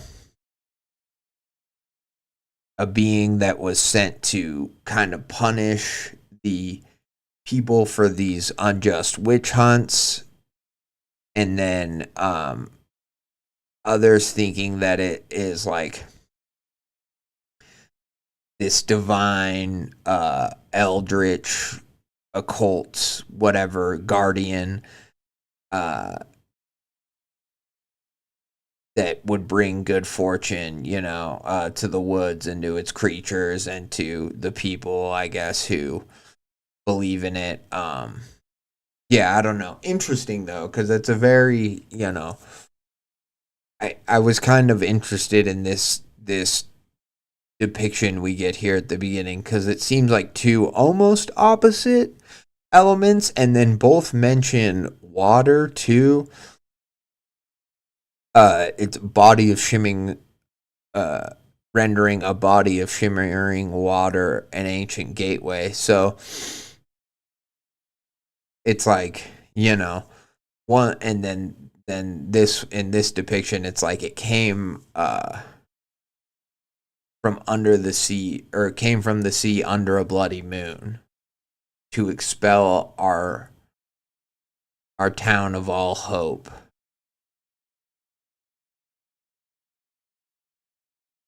Interesting. Kind of a cool though folklore beginning to a story though, and I like the third person nature of it, but then at the same time I like that it's like um I think it was just a man I think it was just a man, an affluent founder who built our mines, our port, and over time fabricated fables, concocting utter fictitious folklore bullshit. And then, that's kind of our narrator's point of view, that he's like, I think whoever created the town, or whatever it is, uh, just was some old rich dude with an ego who, you know, wanted to tell people that, oh, God created this place, or an angel did, or whatever. So he made a folklore to kind of, you know, to kind of brainwash the town or whatever. I think that that's a fun. It's fun to have three, like two or three different, origin stories for our monster, or for our whatever it is, for our supernatural setting. That's kind of fun. Typically we just get like one, and it's like, this is what it is, and everyone knows it's this. I think that it's fun though to have a story start out by being like, well, this is what some people think, this is what other people think, and then this is what I think. That's cool.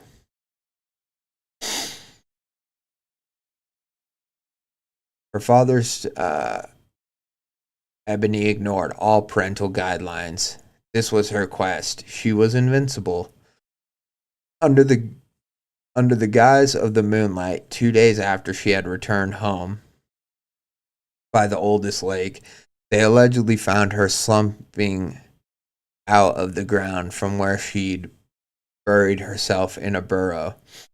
Her legs were clawed up and gnarled, her clothes torn, her body broken. Whether she had tried to dig herself to safety after being attacked by wolves, or they came upon her while she was unearthing the mystery that lay under the dirt, remained unknown for a time. Interesting.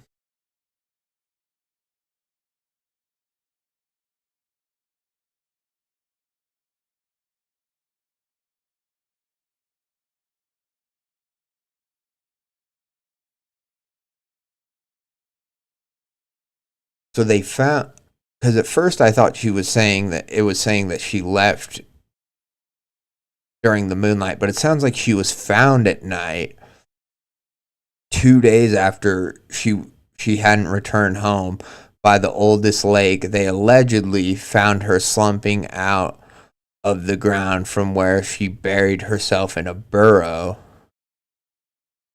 clawed up in her body broken. Whether she had tried to dig herself to safety after being attacked by wolves, or they came upon her while she was unearthing the mystery that remained unknown for a time. Interesting. Okay. So she was found in the wilderness, maybe in a hole. And she was attacked like while she was digging a hole, or someone, or they came upon her while she was digging this hole. It's not sure if it was basically what I get from this in a logistical sense is she was found during this, but nobody knows if it was an animal who attacked her or people. Rules. It remained unknown for a time. Rules began soon after the story broke, enforced by a grief-stricken sheriff.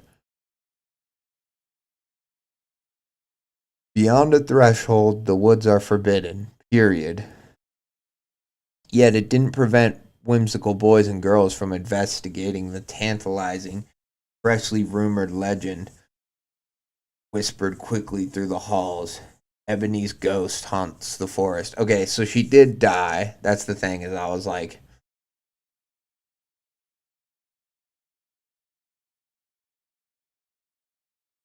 they found her slumping out of the ground. Okay. Yeah, so they found her body. Okay, they found her body slumping out of the ground, and then the sheriff says that the woods past a certain point are forbidden. So it sounds like the woods, as much as they talk about this creature or whatever that came out of the ocean or was born in the forest or whatever, people don't know.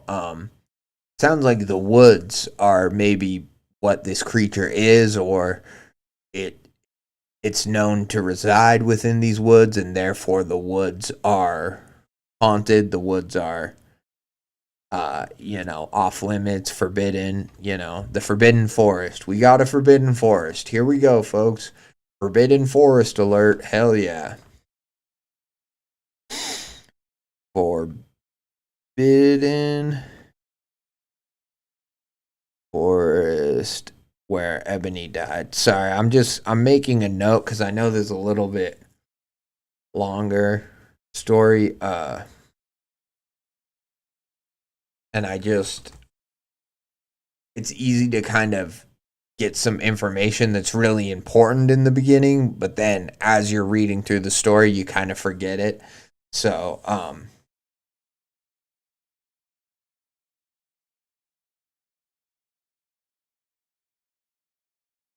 and we've got a father who is he's a father to this girl Ebony, who is a sheriff. And there's a forbidden forest. Is anyone else getting some Baraska flashbacks? I kind of am, so I find that a little scary. That's a little bit it's a little bit uncalled for, okay, author? I don't appreciate that. No, I'm kidding. But it's cool. I like it. There's a mystery. There's a girl.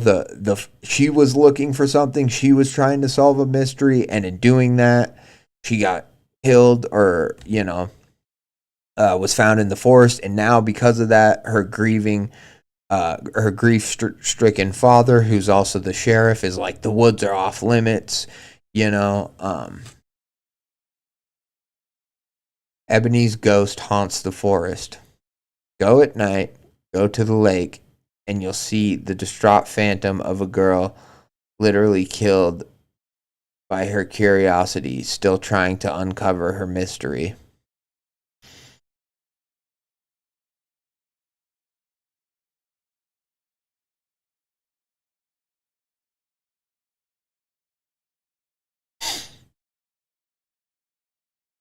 So they instilled a curfew. As the sun dips behind those looming, timeless hills, notoriously unkind officers of the law patrol the streets to ensure no more wayward youths trek into the foliage. And for 30 years, for every family and every home, that same curfew has remained. For those same 30 years, Ebony's story has warped and demented itself beyond recognition as another generation learns of our nocturnal, ritualistic tradition. As another generation questions what she thought she'd found to warrant wandering that far into the wild in the dead of night, had she seen anything at all? Or, alone in the woods, had something found her, and if so, was it still out there? Interesting. I like the whole like the mystery of what killed her, but then also the mystery of what was she looking for, and are these the same thing? Are these different things? It's a very fun, and it might all just be like one thing, right? Like and at the very least, I'm sure they're connected if it is two things. So, but that's fun. I feel like it's a good mystery to have, right? Because you know, it's a fun way to tie the kind of like ethereal or non-specific, like what haunts the woods, what haunts the town, or whatever thing. It's nice that it gets tied to a very real, like Ebony died in the woods, that very real mystery, right? That very like specific, like this girl died in the woods and now they say her ghost haunts the woods. But then also there's like a bigger, more like a more cabal, like whatever mystery, there a conspiratorial sort of thing. And we hear cults, we've heard, cult like and occult, and so I'm wondering if the town is in on this. I'm getting a lot of good vibes. I'm you know good for, in terms of a horror sense. So this is very fun. I'm liking this so far. And again, I like that idea of taking a mystical, what, like opaque, is that the right word? I don't know. I'm just gonna use it. A mystical kind of opaque mystery and grounding it in this like very real tragedy, you know? This very real tragedy, but real mystery as well too, right? Because we don't quite know what happened to her. So that's what's fun about it.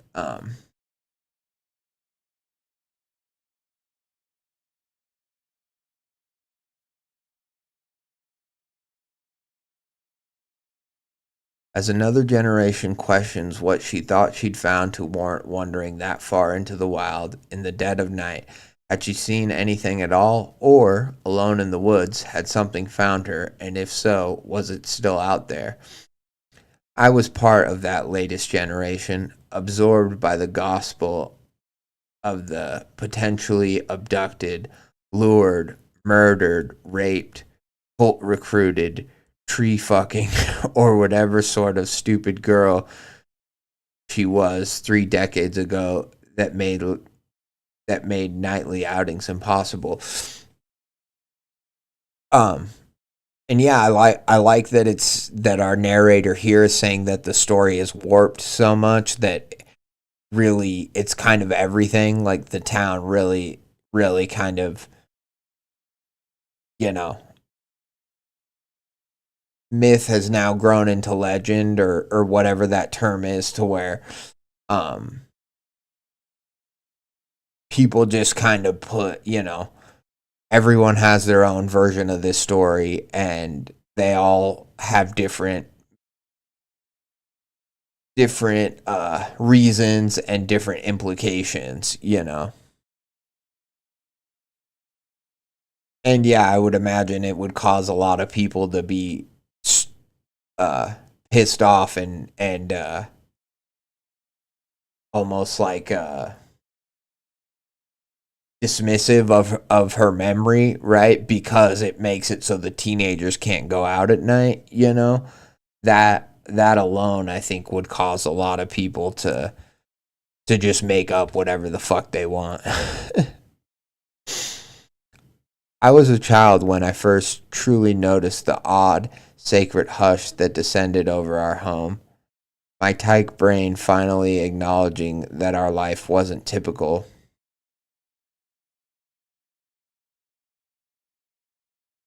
Ah, inside, Autumn, lights getting low. Dad had called from the porch as the sun began its lazy bleed into the mountains. So we have Ebony and Autumn now. Is Autumn a man or a woman? Or Autumn's probably a woman, but I guess the thing I was wondering is, nah, Autumn couldn't be related to Ebony, could they? I sat inside, Autumn, lights getting low. Dad had called from the porch as the sun began its lazy bleed into the mountains. I sat in the kitchen, swaying on a stool, as my usually chipper mother locked every door and drew every blind, offering an occasional peek into the dark. Her lips pressed, her eyes narrow, as her stoic husband stared at the clock. Think they'll hit the street early again? He asked her. Not likely. Confused, I asked them both, "What are you talking about?" My father looked at me, understanding that his little girl was now sentient enough to question what he found familiar. While mom continued her routine checks. "Come here, kiddo," he said, ushering me to join him by the window. "I'll show you." Through the curtain, I saw porch lights flicker awake down the street. Neighbors called or forced their kids home with frantic sharpness, and then, way off up the road towards town, a low growl of a car engine began. Silent red and blue and purple headlights weaved between the trees. Silent. Okay, I get it that the lights are silent, is what it's saying, but red, blue, and purple headlights weaved between the trees, reflecting off closed windows where curious eyes met it. Oh, I see. So it's a car that has special headlights. Okay. I was very confused by that. I was like, red and blue, it's a cop, but then but it's a car with like special lights or something. See that car? The lights? Dad asked. I nodded. A good, honest man drove one just like it once. He kept people safe until one day he lost someone very important to him. Did he find them? I asked him, too young then to comprehend the cause of this rooted collective script we recited. A little lump formed in his throat. He did, but he tossed the words around his head. They'd gone to heaven. Like Auntie? Yeah, like Auntie. And soon after, he went to heaven too. So now, that car and others like it, every night, carry on what he did. Keep us safe? Exactly. They keep us all safe. Mom muttered something profane to herself in the hallway, Dad ignoring her. Continued. But to do that, we gotta stay inside. They get grumpy if we get in their way, understand? I nodded slowly as another voice spoke from the stairs. Do you see her? I nodded slowly as another voice spoke from the stairs. Do you see her? John. Oh, sorry. Do you see her? John, my delinquent older brother, who noticed, questioned, and listened far more than I did, asked our mom. Sean, Mom hissed, finally satisfied that our home was secure. His eager eyes scanned the room until they met mine, and a wave of embarrassment washed over him. See who? I asked quickly. Dad moved to block my vision as Mom yanked Sean to the side and spat harsh but heartfelt whispers into his face, peeking round his frame. I could see the two enter a heated argument of both passion and resentment. Dad moved my face to his. You'll catch on when you're older, Autumn. And older I became. I like a lot of things about this story right now. But I think what I like about this last interaction is clearly the whole town, and we got that vibe from the way that it was talking earlier, that like the whole town kind of believes in this folklore or whatever it was. But now we're getting a real sense that like there's this very basic rule of this like curfew, but it's not some normal like normal curfew where it's like, oh, if you get caught outside after a certain time, like, you're going to be in trouble, or, this or that. It's like, no, everyone in the town obeys it. There's these people out in these special cars that shine these lights that keep them safe. We don't really know from what yet. And like that alone is just so simple. And then the whole idea of like there's this town, or there is this rule in the town that's so prevalent, but then because of that there's all these like open secrets that everyone kind of knows but nobody kind of talks about. And I think that's what Sean was kind of doing, where he's like, do you see her? And then the mom all gets mad at Sean, and it's very fun. It's fun as a reader because where I'm trying to pick up on things, and I think I'm catching most of the stuff, but then also I feel like this is one of those stories where there's going to be hidden stuff that you know as it goes on, we're going to slowly get to peel and figure out not only what like the monster is and what's going on with the curfew in the town and everything, and the lights and all that stuff. But we're also going to get the sense of like who actually knows what, how complicit is everyone, and that makes it fun for a lot of different reasons, right? Um, and then also I just have to say, like, I like this writing style of like when it's maybe not like it's like the passage, when one passage is kind of over, like we get these lines where it's like, Dad moved my face to meet his. You'll catch on when you're older, Autumn.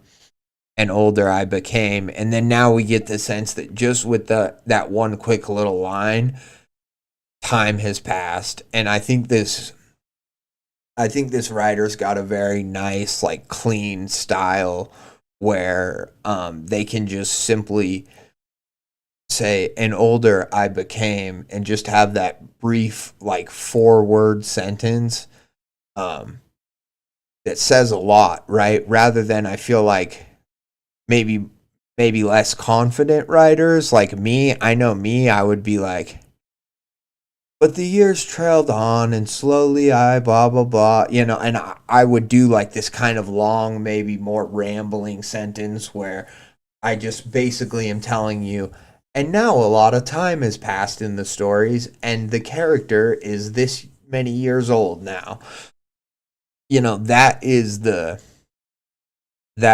like point of that sentence, right? That is the or that passage, right? But instead, like, this writer just has the dad be like, you'll catch on when you're older, Autumn, and older I became.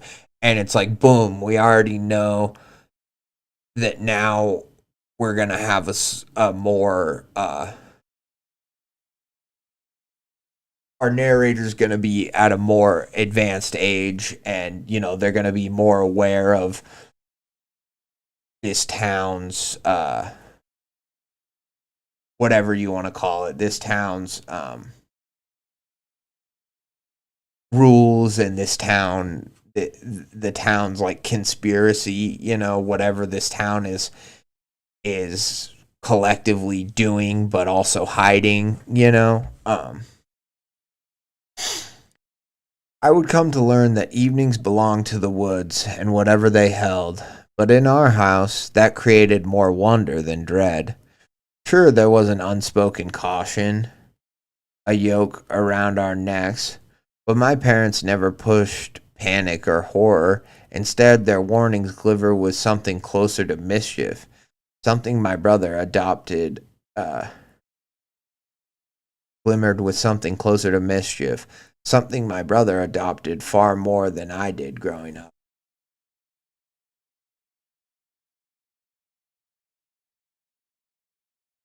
As the routines were finalized and I came of age, my mom would click the kettle and Dad would lean back in his chair to recount stories he called Old Myths, stories of monsters from the sea and gods from the woods, and whatever other fables or fairy tales he could remember. Stories Ebony had told him. Oh, so that's the thing. They are related to Ebony, I think. So yeah, that if her dad is Ebony's brother, okay. So Ebony would be Autumn's aunt. Yeah, okay, cool. Stories Ebony had told him before she became one herself, a naive adventurer found half buried in the earth. Sometimes I'd catch a glance between my parents, sharing knowledge, a private joke, or insight once hovering beyond my reach. They'd known her. They'd shared classes. Oh, but maybe they didn't. Maybe they were just friends of hers. I was thinking Ebony and Autumn were related. They just kind of are both unique names that I was like, well, maybe. They'd known her. They'd shared classes. They'd snuck out to go drinking in parks and smoke joints by the lighthouse long after dark. They loved her.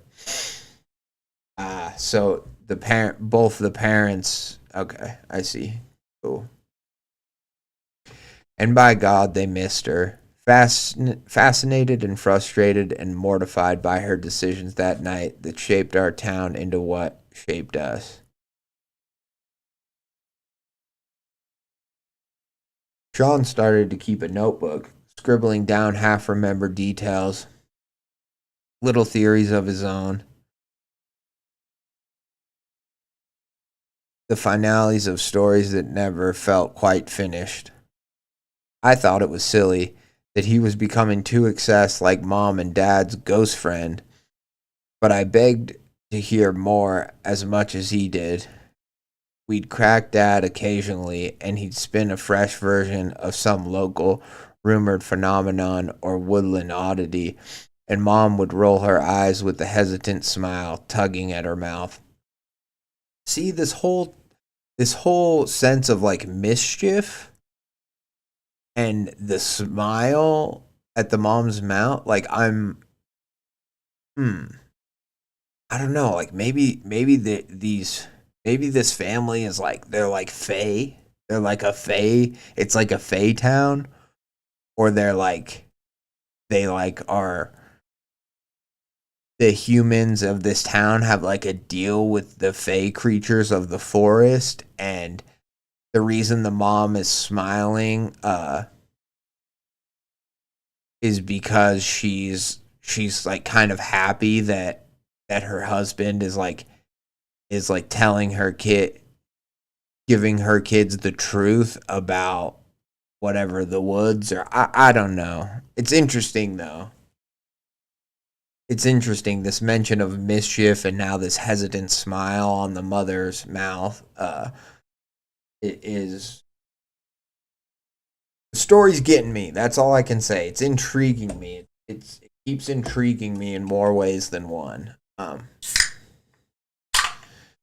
They never pretended to have all the answers, and they never pretended that it didn't frighten them or that the fate of their friend troubled them most nights.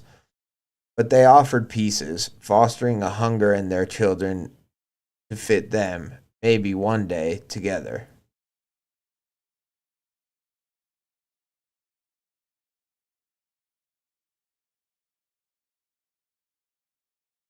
But that hunger would starve.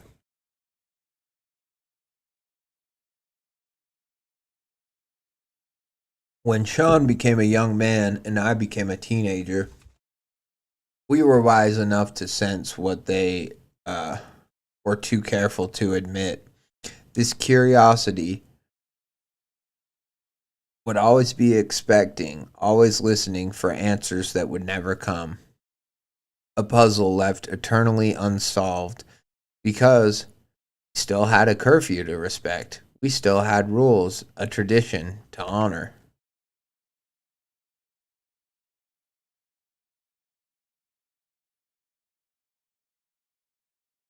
Be curious to your heart's content. Explore the parts of the woods where you are allowed during the day before you reach the barbed fences. But there are borders. Don't go too far out. Don't go alone if it can be helped. And don't even think for a second about leaving the house at night, let alone going there. And like the good, well-raised children we were, as our curiosity grew bored, but never bored enough, we respected those borders. Until one night we didn't. Until the one night I would tear my skin through bramble and feel dirt fester under my nails, warm blood on my face, and understand what it was that dwelled out there, nesting among crimson trees so foul and so beautiful. Interesting. Now we're getting into it. Now we're getting into the not ebony. Autumn's getting to the bottom of this shit.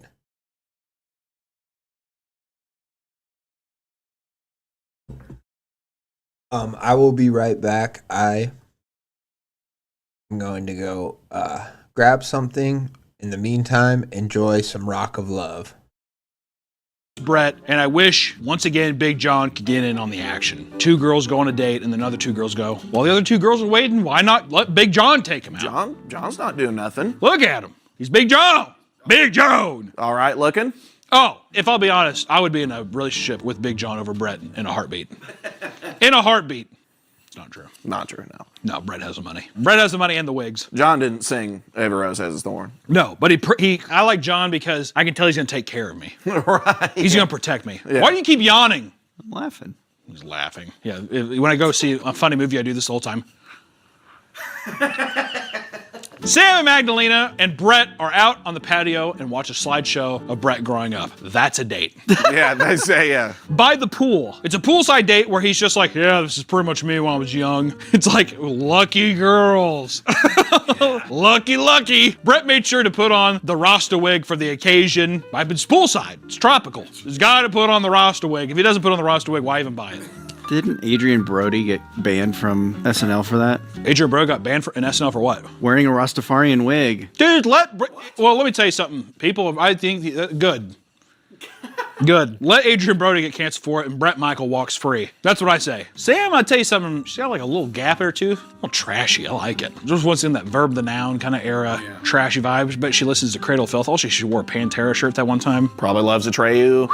Oh man, loves Atreyu. It sells a Paper Anchors album and shit. God damn. She's like, yeah, bullet for my Valentine. And you're like, yeah. I'll accept it. That's fine. Yeah, that'll be fine. She's sitting there and she's like, I mean, Brett's been making out with all of these women. And then he's like talking to her and he's trying to kiss her and she's like, oh no. Like, and he's just like, it's just a kiss. It's just a kiss. That becomes a big meme. Is listen, fucking relax. It's just a fucking kiss. Are you gonna be this uptight, really? John? Oh, you don't want me to get John? It's a kiss. Which, it's weird whenever they kiss, whatever, because in the edit, they add these moans in the background.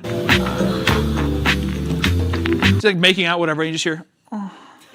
I never understand the idea of like wanting people to be hard while they're watching TV. But Sam says that she wants to have an orgasm, so Brett kicks them both out of his room. When Sam said to me she wanted an orgasm, from that point on, my date was over. I just wanted to get on Sam. I mean, I'm willing to do that. I don't think I should have brought up the orgasm because now Brett's extremely turned on. And Brett's like, oh, oops, my diabetes. And he basically has to kick him out because he's like, I don't know what I'm going to do. So I was kind of creeped out by that. He's like, I'm Dr. Jekyll and Mr. Hyde. You don't know who's going to come out tonight. Jack, get my insulin! I really feel like I was starting to connect to them. However, after Sam told me she needed orgasm, I was about ready to pop. The next morning, Big John comes out of his cave. How dare, who fucking wrote that? Shame on you. Next morning, Big John comes out and gives a letter once again to the girls from Brett. And this time, Rodeo and Brandy M hop into a Hummer limo. Super early 2000s. I mean, when I saw that, I was like, God, this is so trashy, dude. I'm pretty sure at our prom, there's people that had like Hummer limos, and it's like the kid who's like, my dad has the biggest plumbing company in town. Rodeo and Brandy M hop in the Hummer limo with Brett to get tailor-made bikinis. Tailor-made? Mm-hmm. Yeah. Every girl's dream, he's like, every girl's dream is to get a bikini customized. You're like, where the fuck did you come up with that, dude? What do you mean? I'm actually almost positive he says it's every girl's dream to get a tailor-made bikini.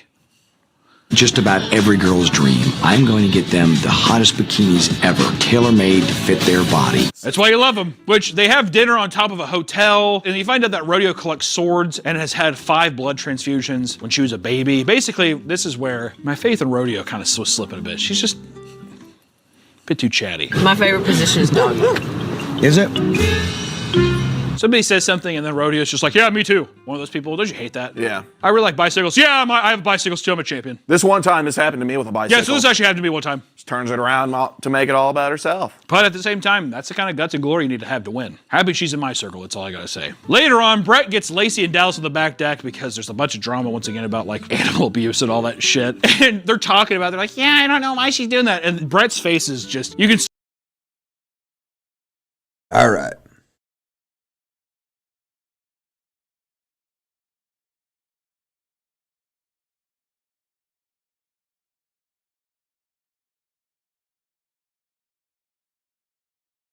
The daytime brought its own rhythm, and outside our fortress, life moved with the familiar patterns of any town. College was an odd blend of comfort and absurdity. My crowd, a strange but functional little crew, made such a blend bearable and sometimes enjoyable. There was Barney with his bottomless backpack of books and anxious, bashful heart, always armed with some obscure pulp fiction wisdom or dusty trivia he dug up at 3 a.m. Kate, a brilliant gothic dark cloud of sarcasm and wit, adorned in black lace and sharp eyeliner, drifting among us like a raven that I'd learned to tolerate pigeons. She liked to draw. A myriad of dreamlike monsters filled her sketchbook, asphyxiating me whenever I saw them, as did the wonder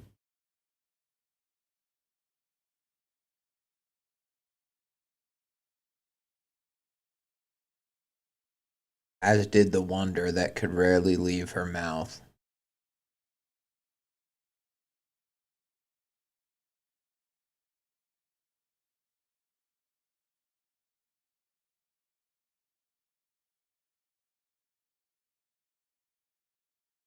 Does that just mean her voice? Is it saying her voice was beautiful? I'm a little confused by that line. But Arthur troubled on 2 legs, adored by every teacher he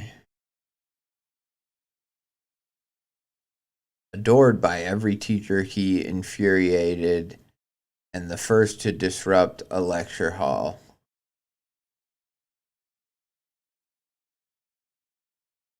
A cocky shit who always found ways to get us into places we shouldn't be, excluding one obvious exception. Detentions were a weekly event with him, yet somehow he was the charming glue that held us together in our worst moments. And finally me, a theatrical ginger dweeb of fluffy sweaters and radiating rambles. What?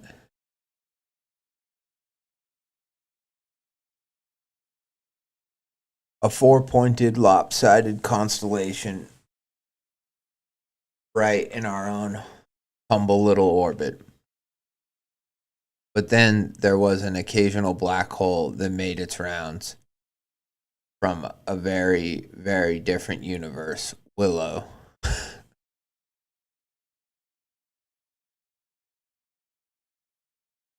She never drifted to our tables during lunch or lingered in the hallways with us. No, she floated above it all. Self-proclaimed queen bee of this backwater nowhere. Daughter of the wealthiest family for miles. Founder of a circle of vixens and jocks who were always on the edge of danger. If she raised an eyebrow, the room would shiver. If she snapped her fingers, doors opened. Worse still,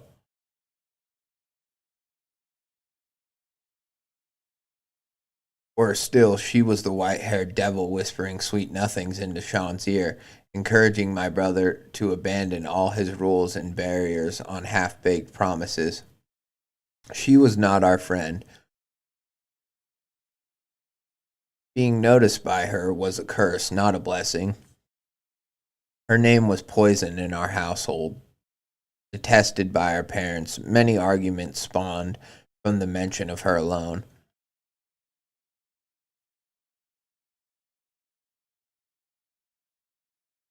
But on one afternoon, in the buzzing cafeteria of flickering lights, scraping trays and pockets of laughter, she strode in alone.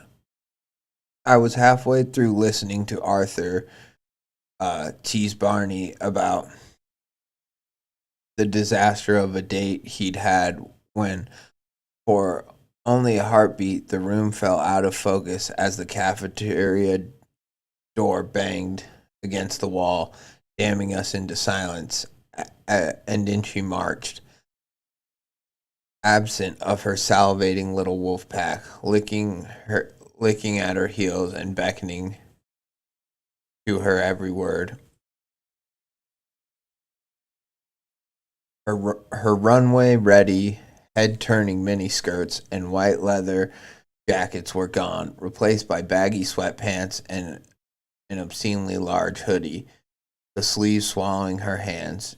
She looked and moved like well, the rest of us for once. And her face, Jesus, her face. No canvas of pristine makeup could hide the ugly, angry, blossoming blotch of red and purple bruising that nested under her eye. Every soul stared as their queen, out of place in her kingdom, made her way to an empty corner table with her head ducked and shoulders hunched. For those precious few minutes, she was just another girl, battered, tired, and alone, threatening to vanish into smoke if someone so much as called her name. And painfully, achingly slowly,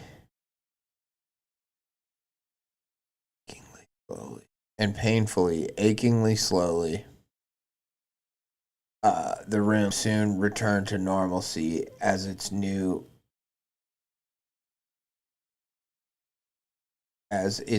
corner-bound husk lurked at the edges of our visions, something to gossip about. Barney kept sneaking nervous glances, bewildered at the sight. Yeah, I think it's a typo here. I think it's supposed to be bewildered at the sight. Snowflake's looking rough today, huh? He whispered. Who do you think she annoyed? Kate arched a brow, sketchbook balanced on her lap, pretending not to look. Maybe her cult of Or maybe her cult of plastic witches turned on her. Looking like shit does suit her, though, she muttered with a flick of her pencil. Arthur leaned in with a grin. Or she finally ran her mouth at someone who doesn't care who her daddy is and can throw a mean punch. Surprisingly, I found myself just feeling sorry for her. Everyone has a bad day, I said, not sure if I actually believed it or wish someone would say that about me if I ever sported a glistening shiner under my eye. Arthur gave a low snort. Yeah, you're absolutely right, Autumn. Oh shit. Yeah, you're absolutely right, Autumn, but not a cunt like her. Kate then nudged my arm. She's looking at you, by the way. Those words sent a prickle across the back of my neck. I timidly looked over, and true to Kate's word, Willow was staring at me from her exiled corner, her hood suffocating her face.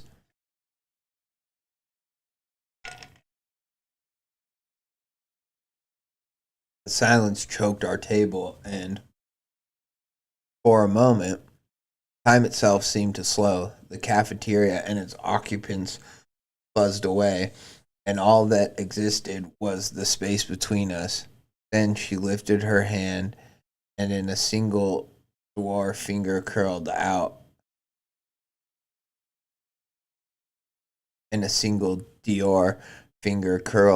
from under her sleeve, demanding me to approach with a tiny, effortless motion, one that sent a shiver down my spine and threatened to drag me away from the safety net of my friends. I shook my head, and the sound of the room returned. Arthur snapped his fingers in front of my face. Hello, you still with us? His voice was peripheral, diluted. Their concerned faces were smudges as they shot between glances over at Willow. Willow? Willow wanted me. Barney reached for my arm as I pushed back my chair, mouth full of food. Don't let her sit by herself. Kate, never one to sugarcoat, muttered, Yeah, sit down, Autumn. Don't be your brother. All while sketching a hollow, staring shade in the margins of the book. Even Arthur dropped his usual axe, scooting to try to block my path, smug grain gone. Dude, are you good? I wanted to listen, really. I wanted to stay in our planted little pond and laugh at in-jokes, but her eyes dragged me, practically led me on a leash, and I understood then how she could have charmed my resilient brother. Fuck, even looking like crap, she was mystic, humming in my veins, while my better judgment screamed to shut her out. I barely noticed my body was moving as I weaved around disappointed hands, disgruntled groans and sighs. Logic was gone. Whatever she wanted, whatever grim story she had, I had to know. And so I let myself hopelessly drift to her table, into her dark mercy. She glanced at me as I reached her, her bruised face near unreadable, and then gave her attention to the divided room of interested and uninterested onlookers alike. No one was close enough to eavesdrop. Autumn, right? He beamed as I took a seat. John's sister? Who did that to you?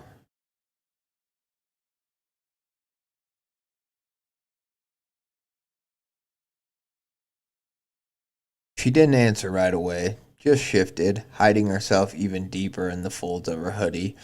I could almost see her weighing in her mind how much to say. Her eyes then snapped to a shape coming closer, dragging a chair in its wake. I didn't need to look to see who it was as an unstoppable surge of confidence came over me.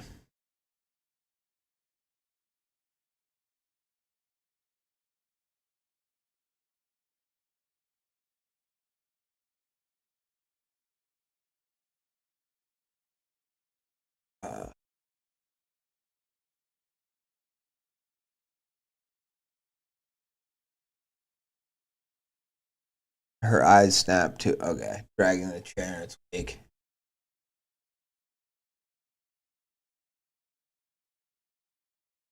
Was it your dad? Sean pressed, seemingly having manifested out of nowhere, knuckles twitching, eyes flickering over the bruising. He looked over his shoulder at my confused.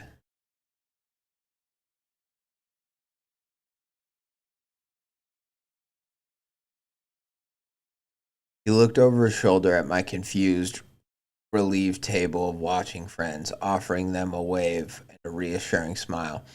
Willow's laugh was a short, bitter burst. Oh, please. He wishes he were that brave. No, I just fell. Was it Ben? You overstepped? She paused, then nodded slowly. You've been seeing him without me? Sean asked. You haven't? Who's Ben? I chimed in. The two looked at me as if remembering I was there, and suddenly I felt like a little girl in my parents' kitchen again.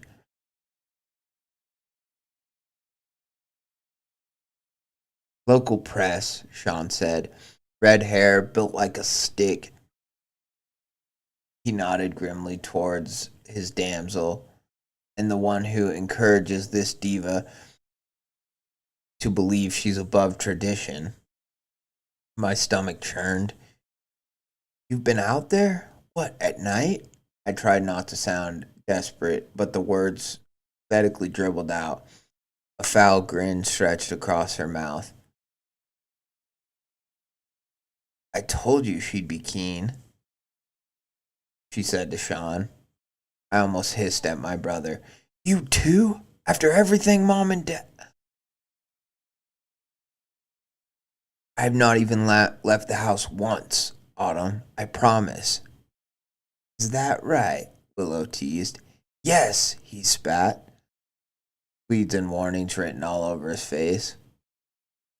And try as you might, nothing you or that alcoholic says will change my mind. He then ruffled my hair, causing the racing curiosity that began to rush through my head. Or yours, I hope. Willow's gaze then met mine and held it. You know, I've heard things out there. You can come listen too if you're not scared. Sean planted a firm but hesitant hand on the table and stood with a huff. Catch you later, Wills. Always a pleasure. Oh, come on, she spouted. I won't take her past the fences. Even I'm not that stupid. Well, maybe just a few feet. We could all go together, the three of us. Her voice was thin and cold, but beneath all the bravado, I could tell she was terrified. The word left my mouth before I could stop it. When? Sean was quick to usher me away from the table with not a word, like my life depended on it. Willow watched us the whole time, smiling from ear to ear with the utmost joy. Back to your friends, kiddo, now. I don't... Why'd I... Autumn, now. I nodded slowly and made my way back to my sanctuary as Sean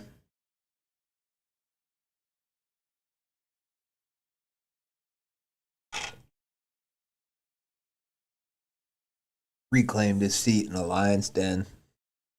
Whatever they said to each other was lost to me, but they remained a pair until the bell rang. His affection became more visible, tucking a hair behind her ear, cupping her hand, all the while staring ditzy daggers into her. The rest of the afternoon was a blur. My friends hounded me. Hold on. Gotta write a note.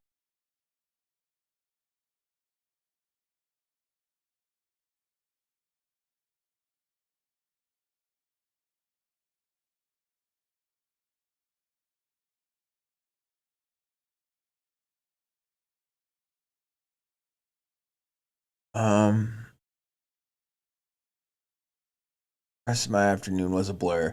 My friends hounded me, prying me with questions about what Willow wanted, what she'd said, and what my brother had said, what the two of them were, and why in God's name I'd actually approached her.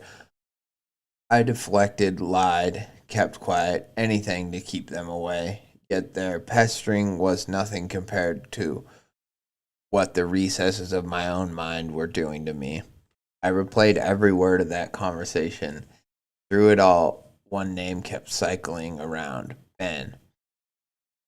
A man who could solve the unsolvable puzzle my parents had harmlessly planted in me. By the final bell, I couldn't bear it any longer, and I folded. I confided in them everything I was thinking and feeling. Another rant bubbling out of my mouth in disjointed sentences that somehow they could understand every word of. Arthur proposed it first, stabbing a straw into his milkshake after we'd escaped the spilling sea of student-filled halls, clamoring their way outside to enjoy the rest afternoon, and sought refuge in a cafe booth. Why don't we pay him a visit? He took a long gulp of some vanilla delight. The others looked at him like he'd killed someone.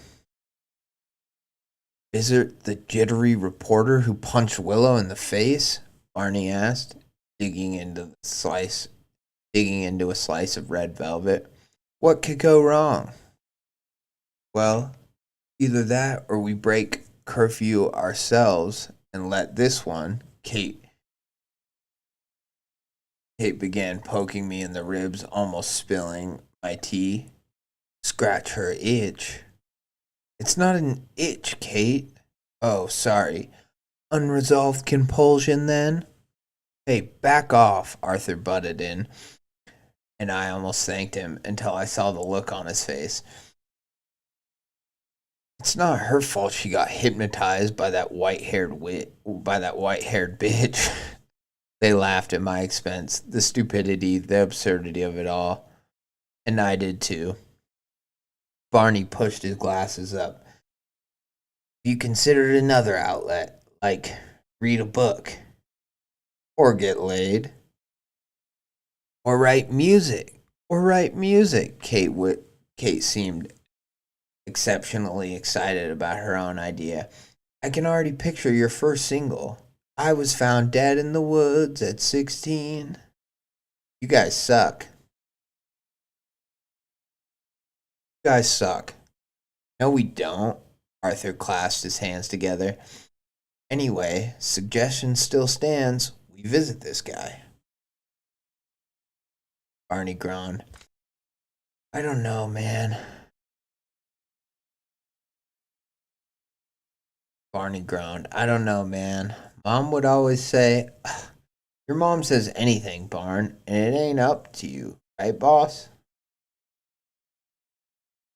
The three of them looked at me, Arthur and giddy, Kate curious and cautious, Barney frightened and shaking his head.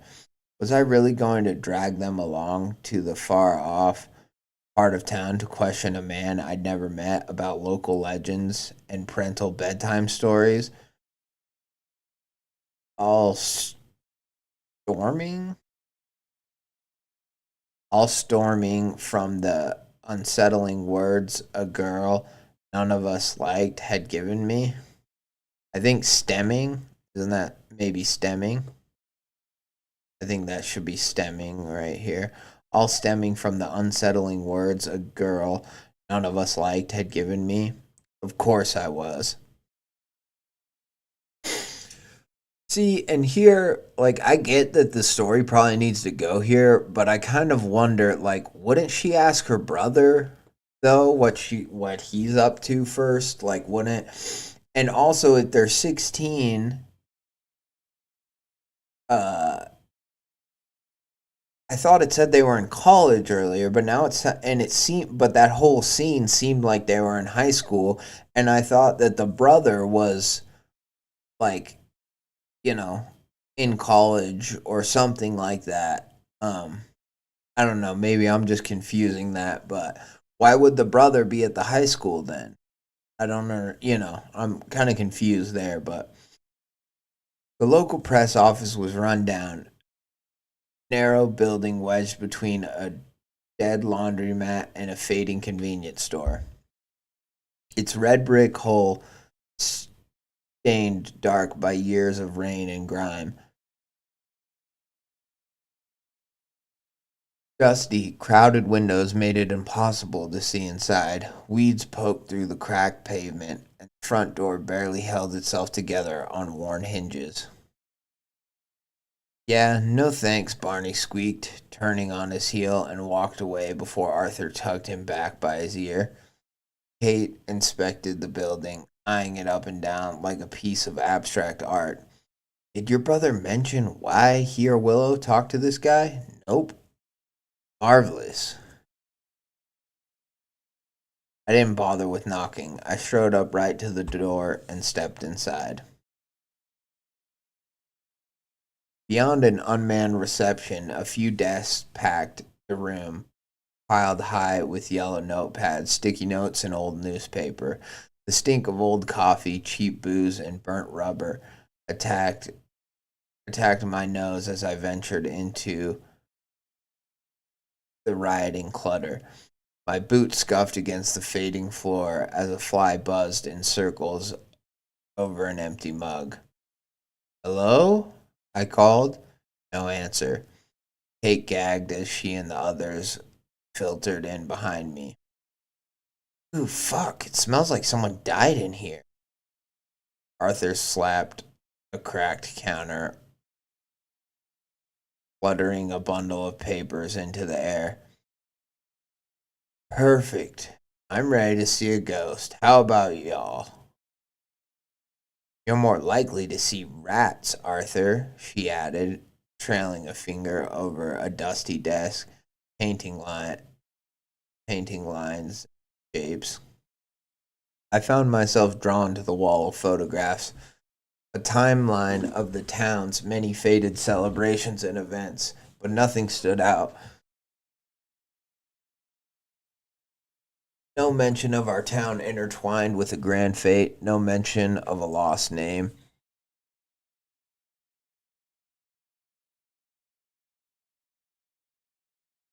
Barney, at first, hung back, overwhelmed by the smell and disorder.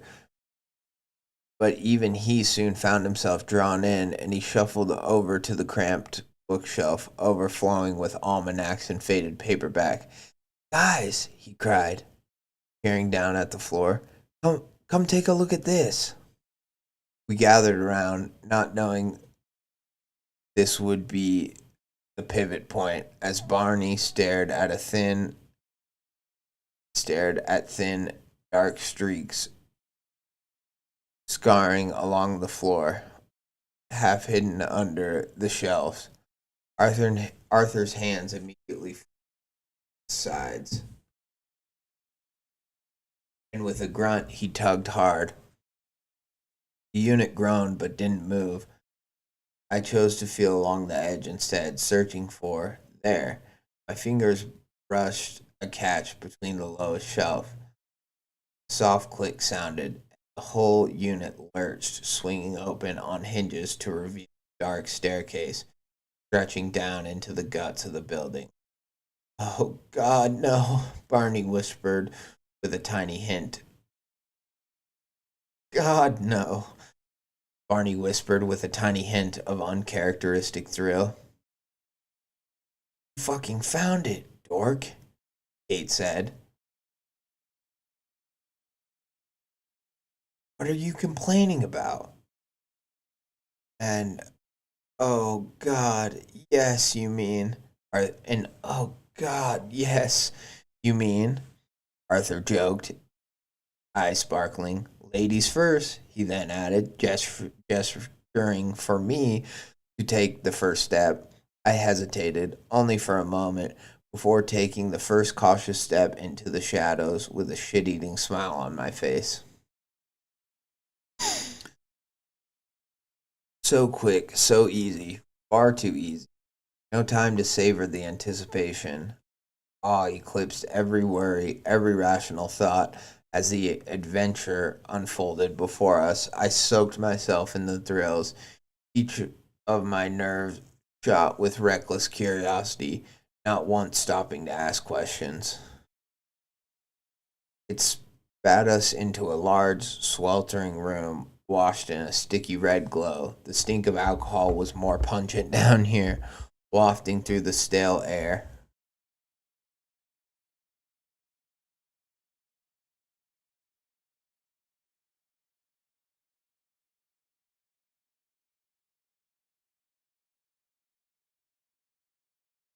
Whiskey is good proofing water.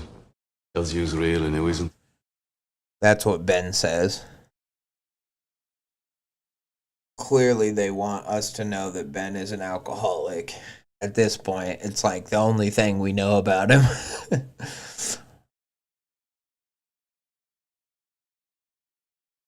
Down here, wafting through the stale air.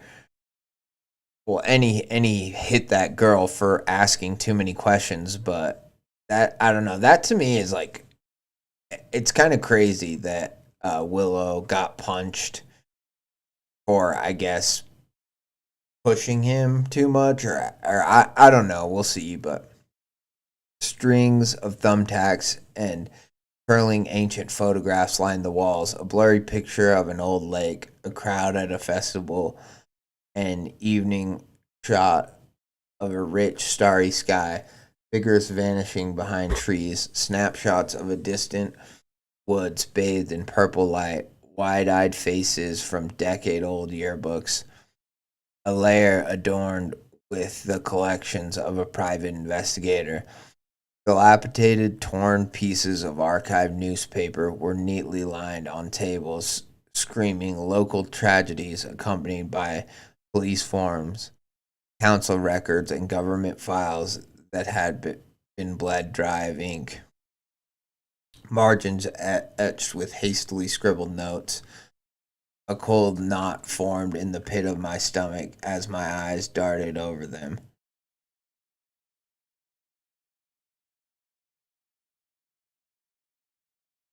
Shut away relics of decades past leapt from the pages and clamped themselves to my chest. They should have just been old stories, forgotten pains, but arranged together they became an accusation. Search for missing hiker continues. Police abandon search for missing son. Family left without answers. Search for missing girl continues. History repeats. Another youth vanishes near old mines. Strange lights spotted by shoreline. Search continues for missing dog. Dozens of absent resolutions. The words began absorbing together. Search continues. Fucking search continues. Search continues. Search continues. No remains discovered. Nothing discovered. Nothing ever discovered. No one ever found. No bodies found. Not even one. Well, that's not true. Wasn't Ebony found though?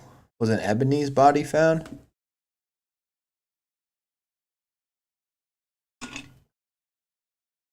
I felt something rising in my throat I couldn't explain.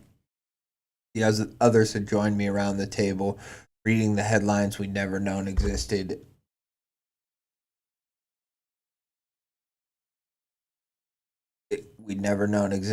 In silence, their faces tightening. A myriad of unspeakable, unanswered losses moldering for the last 50 years.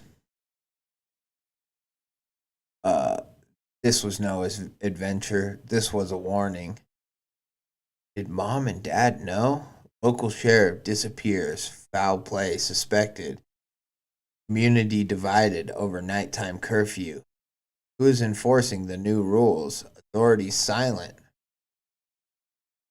Kate drifted away from the crowded table and let her attention settle on a map. Autumn! I ripped myself away, leaving Arthur and Barney to sift through more paper galore. The map was one of the woods, of course, riddled with illegible scrawls and red markings noting boundaries, but what had her focus was the old calendar taped to the corner. Days crossed in black marker pen, others circled and annotated with different, tidier hands. Willow's name was infrequent enough to spot, and so was Sean's. My fingers zipped over cluster markings, piercing together how specific dates lined with shaded areas on the map. They'd been charting beyond the fences, but there was a threshold not even they had dared cross. There was a that they hadn't dared cross. That changed tonight. The air pressed in, and I couldn't breathe. I steadied myself on the edge of the table, shaking head, spinning, heart pounding like a kick drum in my chest. I didn't know what I wanted to find here, but this was not it. Distant and muffled, their voices reached me and drew me back. A hand on the shoulder with some grounding words. Arthur said a joke, I think. Barney muttered something soft, and Kate held my hand. It wasn't grand. There was no fanfare, but it was enough. When I could finally speak again, came out in a croak. What do we do?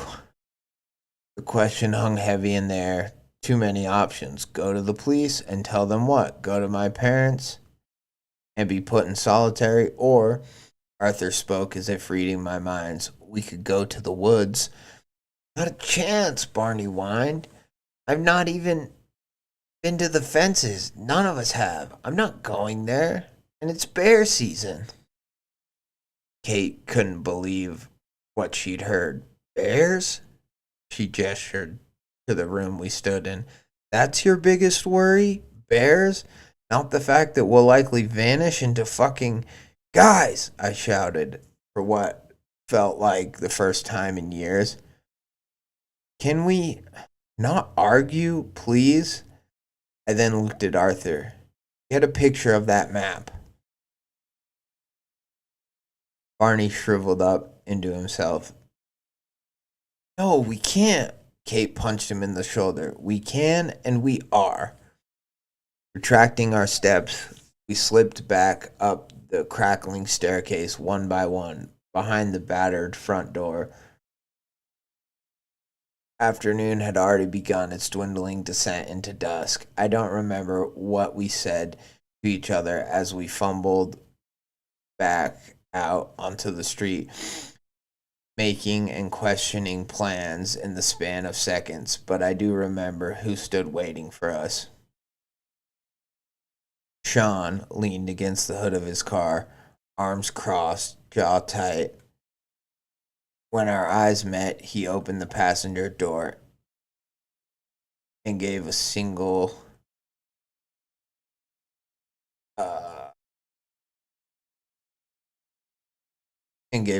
sharp, commanding nod to the seat. No one spoke. Kate kept looking between us. Arthur bristled. Barney gulped, fidgeting with his pack. I eventually forced out a small, wavering smile as a revolting, impulsive thought overtook me. Perhaps it really was an adventure, a quest, but it wasn't theirs. Maybe we just go home and sleep on it instead. Clear our heads. Not a chance, Arthur pressed quickly. Arthur, it's late and I'm tired. I'll text you when I'm home. Promise, I lied. Are you sure? Kate asked slowly. I nodded. and she, unsatisfied, painstakingly gathered the others to start their walks home. But Arthur lingered. "See you tomorrow," he said, more like a demand than a farewell. Even Barney showed some resistance, but they soon trailed off, leaving me on a darkening street. I slid into the passenger seat beside my silent brother, and the car door shut with a heavy finality. He watched my friends round the corner before he spoke. "Do you want to go home?" His question slowed the whirling storm in my head. The idea of home, its warm, routine normalcy, comforted me, but it did not scratch gnawing itches. I stared out the window, watching slivers of sunlight begin to hide behind the trees. No.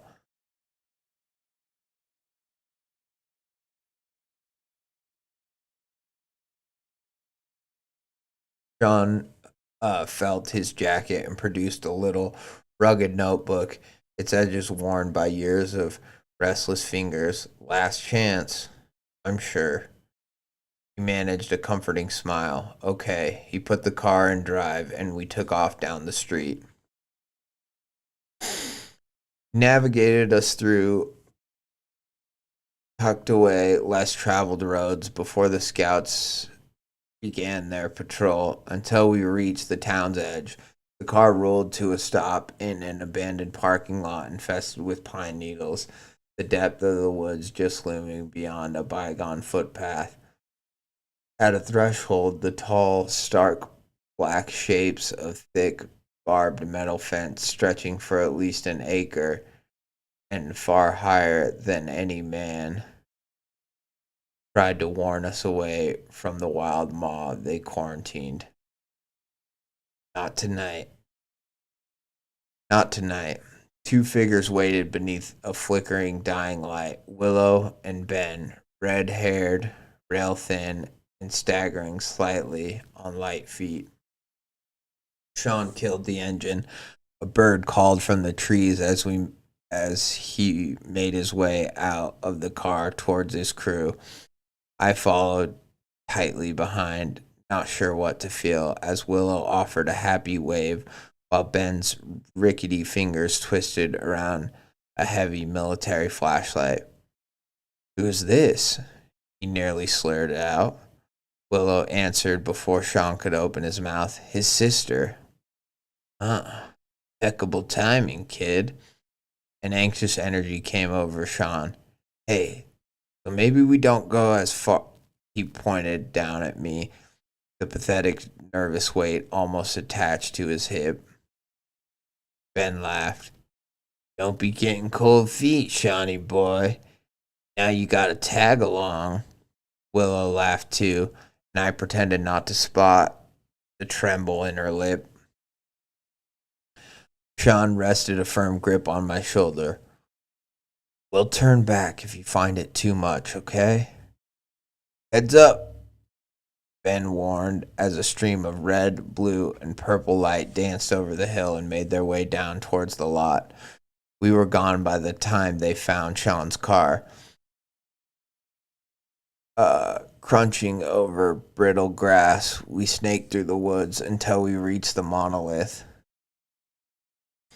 It seemed flimsy up close, a patchwork of tired metal smeared with rust and graffiti, and dead, segmented searchlights adorning the tops. They found the gap easily, a ragged hole crudely carved into the sheet metal, its rim twisted and sharp. Okay, so they say it's a fence, but I mean, this is a fence of, I thought it was just a fence, of whatever it's called, like a chain link fence, but it sounds like this is like a solid fence of whatever, like aluminum or whatever.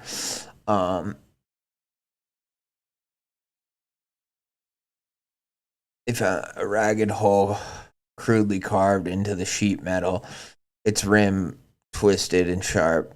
One by one, we slipped through, and my haste earned a few cuts along my sweater. For a mile, we pushed deeper in total silence, broken only by a clumsy step and a shiver in the wind. I caught glimpses of little X marked on some trees and rocks as the path became rougher, revealing themselves when flashlight cones stroked over them. I saw a W plus S carved into one maple tree, huddled in a love heart. Willow's voice nearly scared my skin off. Listen. Something changed. The voidling silence gradually warped into a series of coarse, pained, echoing croaks originating from somewhere far, far ahead in the dark. The wind scratched and rattled its way through wounded, cracked bark as my ears strained and every instinct wailed at me to turn around and run. My brother took my hand as we continued. "What is that?" I asked. "No idea," was all he could say. Night fully settled over the woods, the moon and the stars obscured by dense trees. I couldn't tell how much farther we walked or for how long. I checked my phone. Dead. Impossible. Sean noticed. "Hope you messaged Arthur." I hadn't. Shit. Before I could think, we came upon a still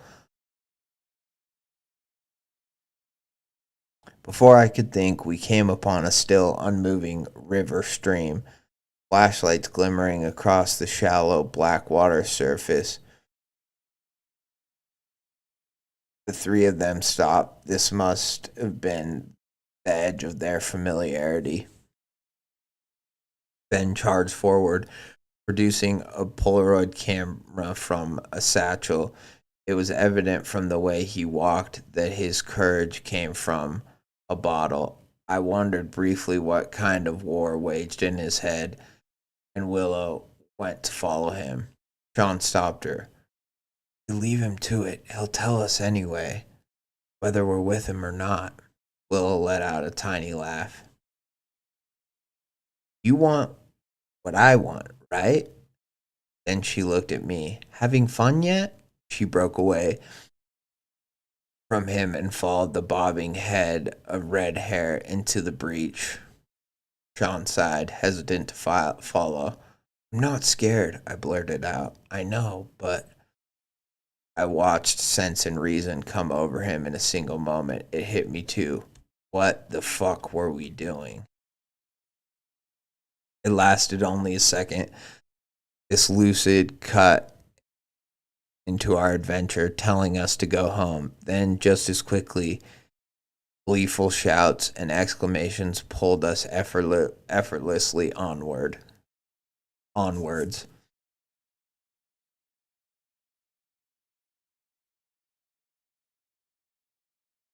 Several meters beyond the river, one tree stood apart, a towering sentinel marred by something uncanny. A crimson mold covered its bark in thick, choking veins, twisting and threading through its grooves like a cancer. The color was impossibly rich, both disgusting and hypnotic, and the texture looked like a synthetic glass. Then it pulsed, dimly.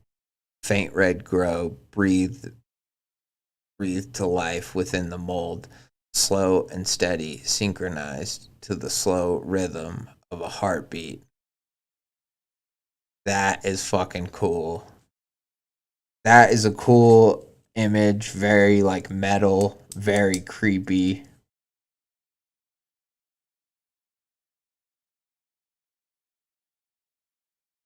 Very like psychedelic.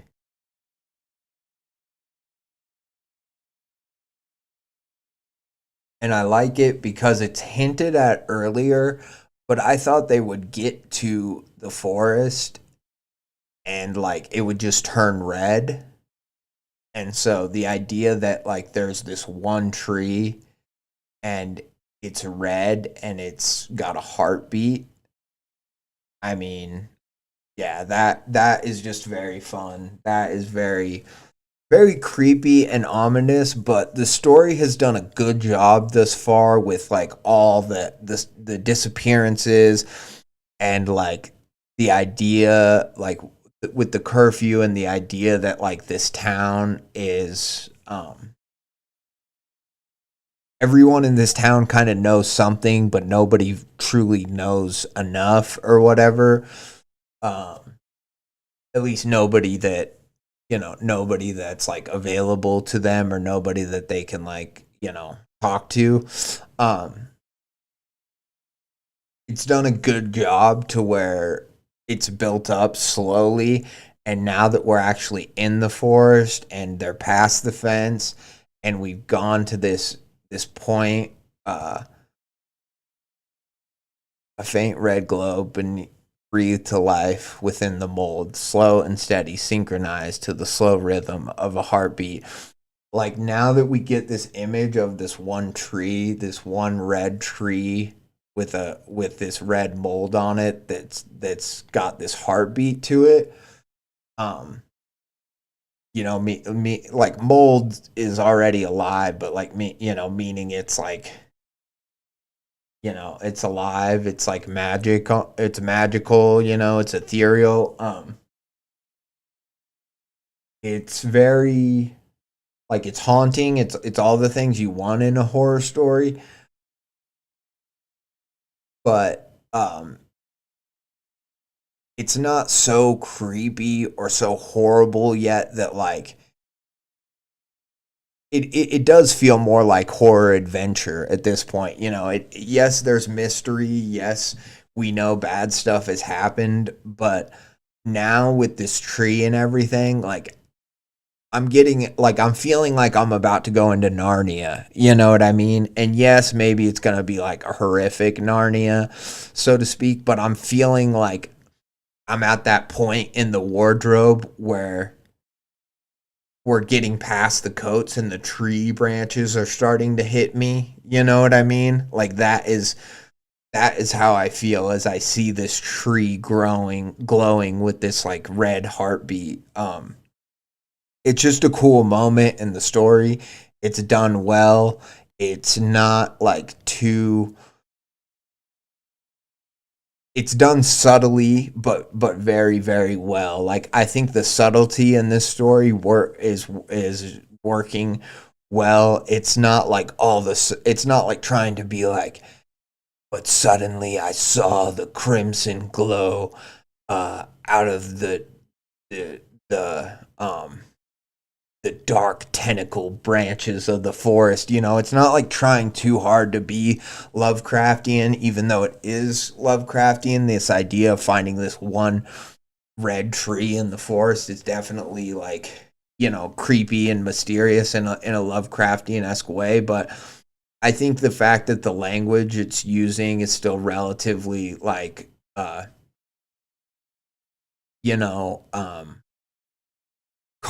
commonplace and like very and very approachable still. It almost makes the tree jump up that much more, because if it was really if this author and this narrator was really like trying to play up, like it describes it as crimson mold, but like they didn't try to play up the creepiness of the forest too much. It's just talking more about like we crossed this, then we crossed a still river, then we which I thought was kind of weird that it was a still river. I was like, does it just mean, because that happens, right? Like that can happen in nature where like a river runs or whatever, but it starts like it dries out, so it's it's essentially like a pond or whatever, but it in the shape of a river kind of a thing. So I was like, maybe that's what it means, or maybe it genuinely means like a river that has straight up stopped moving, in which case, is kind of eerie and interesting. I don't know, maybe that can happen in the wild. Like, I haven't seen it that much that I know that I can really think of. I thinking of more of like an irrigation ditch that like, has a river in it, but it just kind of goes and sinks into the ground. And so, yeah, I don't know. So that was creepy, but then now we're getting into the supernatural moment in the tree, but it's with the tree, but it almost works better because they weren't trying to play up the creepiness too much of the forest. And so now when we get this image of the tree, it really like, just works. I don't know how to say it any better than that. But I think I've explained like kind of why it works and why like it's simple enough, but it doesn't like I think because the narrator isn't, or the writer isn't going out of their way to just be like the creepiness of this and blah blah blah.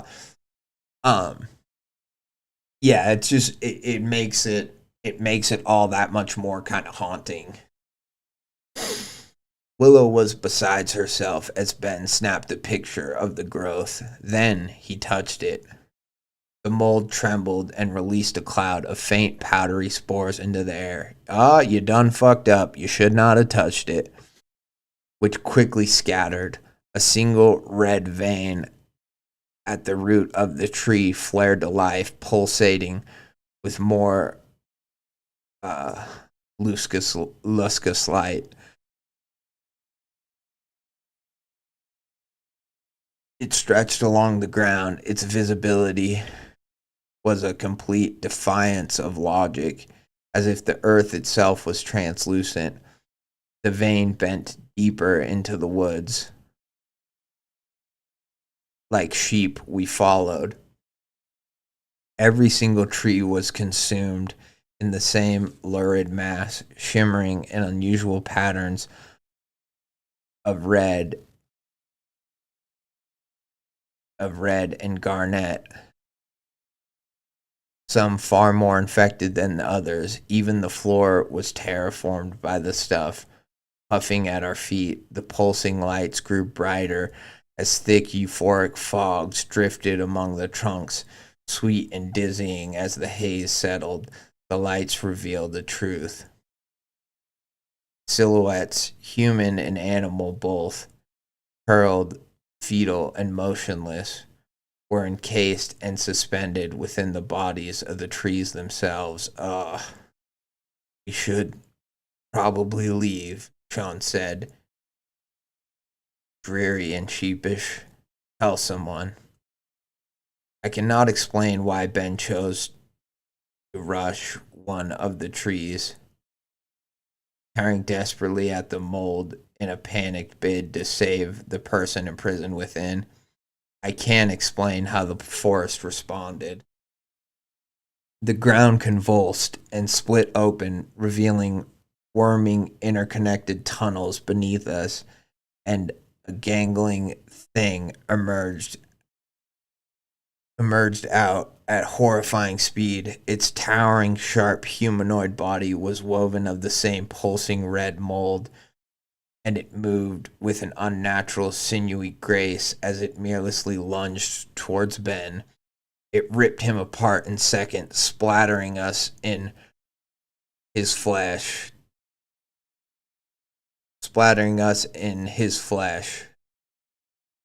Oh, yeah, there's a typo here. Splattering us in his flesh, tore and bone snapped, his screams lost beneath the swelling heart throb of the woods. The adventure was over. This was a nightmare. In the chaos and horror, a jolt of raw clarity rushed through me.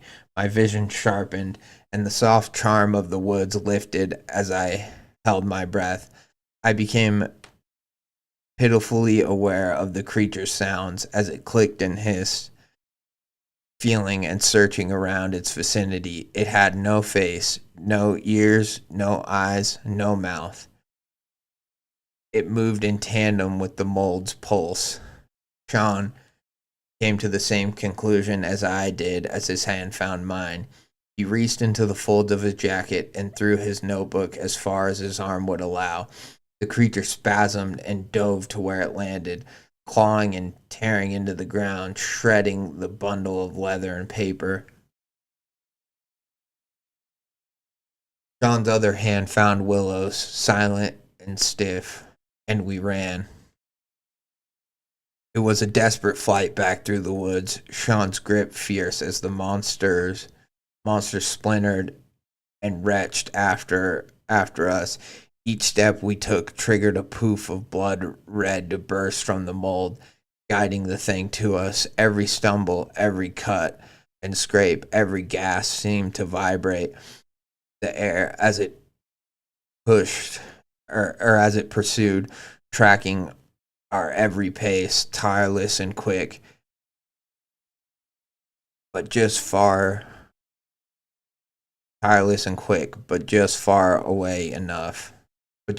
enough away. Then we splashed over the river. I spun back to see it halt amidst the thicket, shaking, uncertain, its senses dulled. The network of mold beneath it had almost broken. Then it gagged and yelped as the ground opened again, reclaiming its soldier. The silent trudge back felt much shorter than the journey in. As we reached the hole in the fence, a searing flash of purple light erupted around us, obliterating the dark. Out of the blur, stern men in dark suits swarmed forward, barking muted commands. They swept us up, herded us away from the woods. No explanation, just tight grips and hurried steps, and lights drilled into my eyes. It was numbing.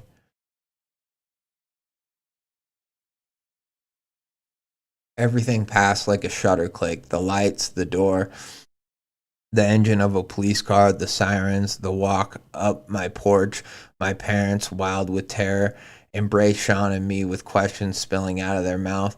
But all I could do was collapse into their arms, unable to look them in the eye. My bedroom has never felt this cold, this quiet. There are splashes up my sleeve and across my hands. My knees are scraped. A gash is across my leg, and I think some of Ben's blood is stained in my eye. Ugh. Creepy. That's just gross. Blood. The idea of blood, a blood stain on your eye. No. No pain pulses in my temples. Not mine. Not entirely unpleasant. I think my brother feels the same. I see it when I close my eyes. Not a monster from the sea, nor a god from the woods, nor a ghost girl by a lake. Just mold, a beautiful red mass, and a warm tree to rest my head. Half of me is convinced to grab some kerosene and a match. The other is a compulsion to go again. I can go deeper, further, much further. Maybe I'll bring my friends. Why can't it be their adventure too? Oh, great ending. I think that might be one of my favorite mold stories. And the monster was great. But I feel like the mold stories that I've read, they're about mold, like almost the whole time, and it's like slowly it took over my body, and it's like all about that. Whereas this, it really saved that right for the end, and it had the badass monster too, so that made it great. But that image of the tree was by far my favorite part. And then as they go into the forest and there's more red, and then we see the humans and animals like cocooned inside the trees. It was just a good ending. it was just a really good ending, and great visuals, a great build up. But like we we thought, the story had a nice kind of red herring where it was like about like, maybe there's an old god in the fort, or like maybe it's this or that, and it's only because everyone who's ever gone into the forest deep enough has disappeared, and so it's like, of course, the rumors would change, just like the rumors about what happened to Ebony completely changed, and no one quite knows why, and it's because and because of the curfew and everything else, the town is just, everyone is so desperate to know why, but it just culminates in such a beautiful, like, horrific scene. And like, yes, obviously it's more than just mold, but I think it really paid off in just a really good way. And then to have them be like, oh yeah, they are like infected, because that was the other thing I was gonna say, is like, if you took out the monster part of the story and the guy dying, it's like, once they kind of breathe in that mold, like, are they going to be called to go back? And it turns out like, yes, they are. And so, but I don't think you need that where they're like trying to fight it, or they're like, whatever. I think it's great. It's a great place for the story to end. And I think that like it gave us enough, we can understand where all the missing animals or people would go, and stuff like that. And it gave us enough. And then of course, like, this whole red and purple light of, and the curfew thing, like, obviously it is just the government or whatever, of this town, like, trying to keep people from going into the woods. Although, it's that, the curiosity is always going to call to people. And so that is where kind of the terror of this story gets you. It's because like the whole time you're like, well, of course they should want to uncover the mystery. Why is uncovering the mystery a bad thing? They want to know what happened to all these missing people and stuff. And then, by the end we figure out that like, well, you're not meant to know what happened to those people, and if you ever find out, then you're fucked. So, I liked that story a lot. I thought it had that's just a great ending, and nicely paced too, to where, like, yeah, sure, we could have spent longer in the forest, or like the monster was cool, but I feel like it was such a good payoff. And when the story really ramped up, like, it didn't try to stay ramped up for too long, you know what I mean? So I thought that was great pacing. I thought that was a great payoff for the story. Super creepy. I do think could maybe be a little bit more about like just when Ben gets killed, and like how they figured out so fast to not make any noise. I do think maybe there could be a little bit more, just a few extra sentences added here and there to that part. And then, like earlier on in the story, like the stuff with like the high school and the college and the age of the kids, I was kind of confused about that. Like, how old is Sean, the brother? How old is this girl, Willow? But then also, our character, Autumn, like, are they just all high school age, or is Sean in college? Because I thought it said he was in college, but maybe I was just wrong about that. And then also, like, I am still just kind of confused. So it's like Ben, Sean, and Willow are all friends, right? But then it's like, Ben punched Willow. Why did he punch Willow? What? And then they just kind of like got over it, and even Sean seemed to be like, maybe not okay with it, but they just all seem to kind of move on very quickly. So I was like, I don't know. I wonder if there's a way to like do that confrontation a little bit differently. Like maybe if Willow just came in like disheveled and like upset and you know, it was because she figured out that like I don't know, Sean's been going into the, or not Sean, Ben has been going into the woods without them. And so, I don't know. It's just the thought I had because, like, part of me was just kind of like, that's kind of weird that he punched this girl in the face, but then afterwards they're all friends and are like, let's go exploring in the forest. You know what I mean? So those are maybe a few of my notes about the story, but those are very small, and you could probably make subtle changes and it wouldn't really affect the story at all. And so that was cool. I also liked them finding, I thought it was a little weird to have a secret compartment in the like news office, but then also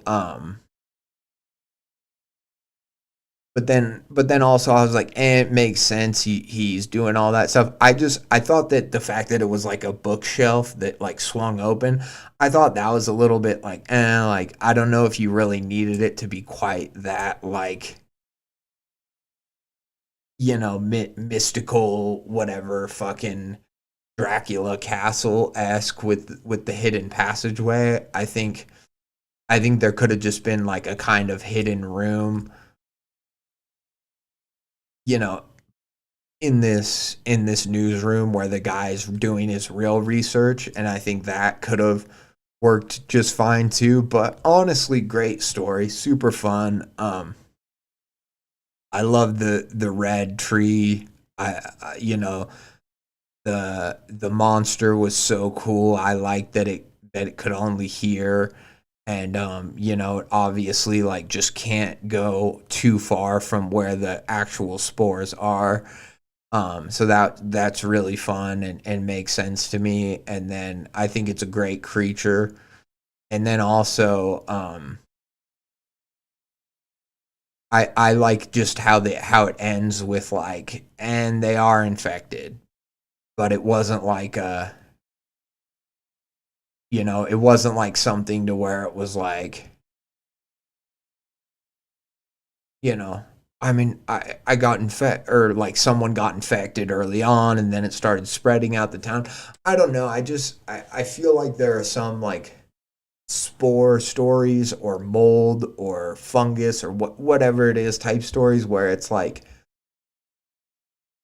it's just too much about like, it's eating me from the inside, you know? And I don't know, like stories like that. I think part of it to me is like the reason I don't like it, because I'm like, well, yeah, what are you supposed to do? Like, it's an uncurable, like, whatever, you know, like it is scary, but it's not that menacing to me because it's almost just like, it's so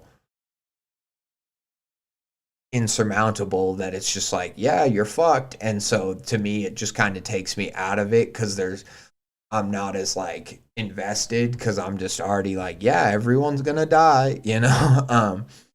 But I liked this one because there was this badass red tree faceless mold like monster that moves to the rhythm that the mold is undulating, you know. And I think that that's really cool, and I could see it so well in my head that it just really like, I was really captivated. And then and the monster, that was the immediate threat, right? And it wasn't till afterwards, till like kind of they got out and they thought everything was fine, that then we realized that there's the more insidious threat now that has started to overtake them. And that's kind of why I like that as an ending, better rather than just being like, there's a weird mold, that I found in the forest, and then the whole story is just about the the fungus or the disease or the mold or whatever it is slowly overtaking you. Like, to me, yeah, I liked this version. Very good, very great story, well done. Here, I'll say, sorry, I need to say the writer's name. Well done, sufficient leave, 144. I definitely want, like, I would use it for channel artwork too, but I definitely want for this story to have like story artwork, and I want like a creepy, like, dark forest with just one red glowing pulsating tree. I think would go so hard, and it would, if you put that image with this story, I just think a lot of people, and obviously, like, the story's named Where the Trees Turn Red, so I think that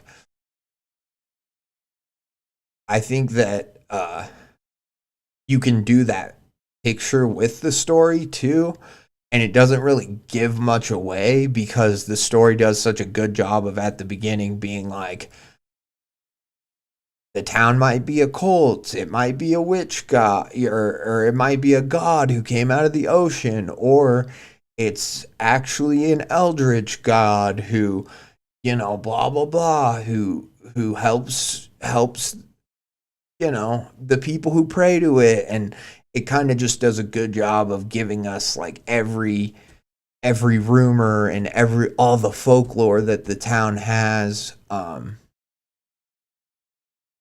and kind of distracting us with all that to then have it be revealed at the end what it actually is. And yeah, that reveal just was so well done that it just kicked ass. Great story. I really enjoyed it. Great job, sufficient leave. I really like that one. So, congrats to you here. I meant to do this. Yeah. Ooh. I'll give it my upvote. Ow. Fuck my back. Okay. So here. This should be a pretty short story. Yeah, okay. I was like, I usually pick a short one for the end so that hopefully, but yeah, I wanna finish this last story from DaniWitDaVibez-I.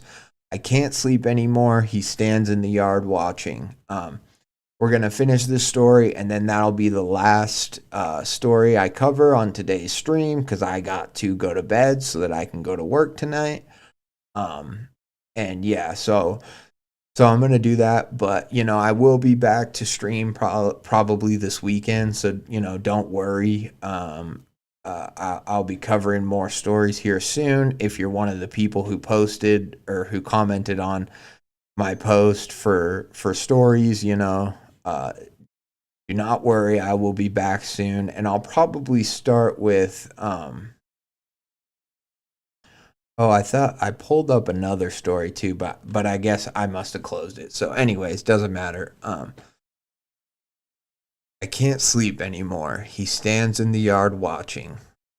When I first moved here 4 months ago, I would go out to get a breath of fresh air whenever I couldn't sleep at night. I have insomnia.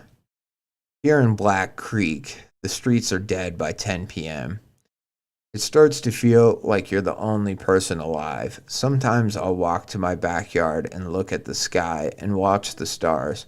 Truly, there's no place like Black Creek. The stars are so clear.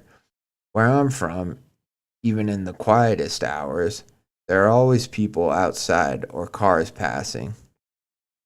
Groups of people hanging out. There were bodegas, and the streets were well lit. You never felt alone, even if you were by yourself. Recently, though, I've noticed something odd. A man.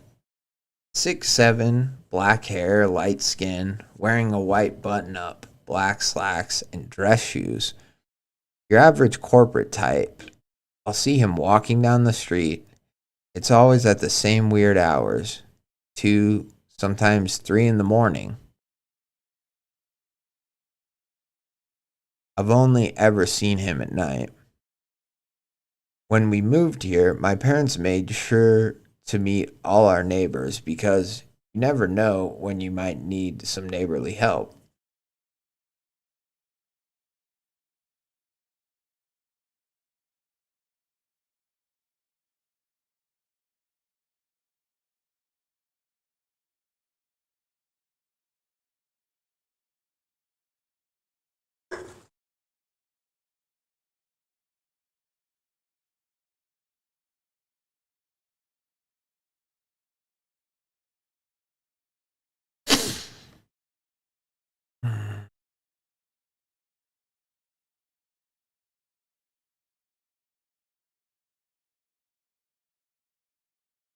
Which I thought was bullshit because my parents were anti-neighbors when we lived in the city, but I never saw him. I even walked around my area during the day, talking to my neighbors and asking if they'd seen anything odd. Of course, most of them said they're asleep at that hour, and outside of the stray cats, possums, and deer, nobody had anything to say about the man walking down the street at 2 a.m. Nevertheless, I found it odd how he'd always be out at the same time as me, walking the same side of the street, always wearing the same thing, no matter the weather.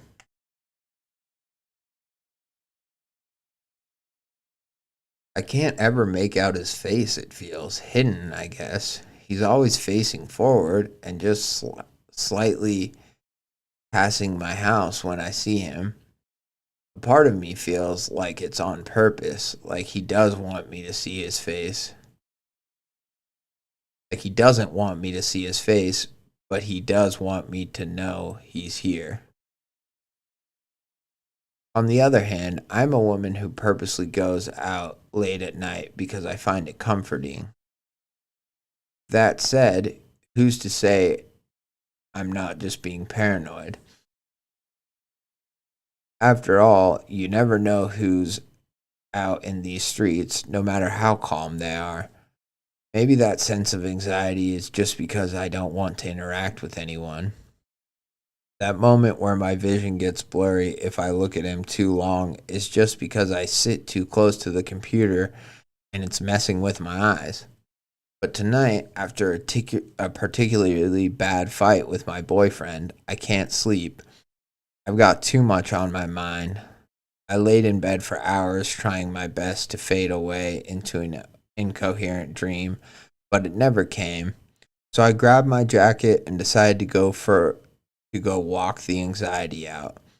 Breathe in some of the cool, fresh air and relax my mind. I grabbed my keys and headed out. I was looking at my phone, trying to find a good song to play as I walked down the driveway. When I looked up to the street, there he was, standing perfectly still in the middle of the road, looking at my neighbor's house, seemingly unaffected by the early winter winds. Everything was still, like the wind purposely avoided touching even a hair on his head.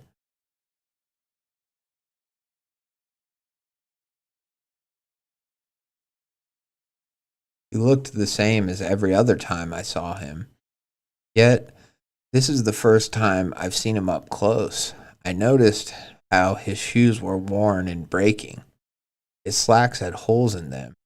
His shirt was messy, slightly torn, and covered with different colored stains, and the smell. I didn't even know what to say. He smelled like a bloated corpse. The stench was so strong it wafted to the sidewalk. It felt like time stood still and my eyes were having a hard time adjusting to the man that stood before me. That's when I realized it wasn't my eyes.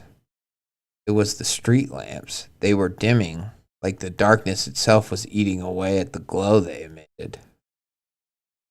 A breeze started to pick up I knew I should have turned my ass right around and just gone back into the house.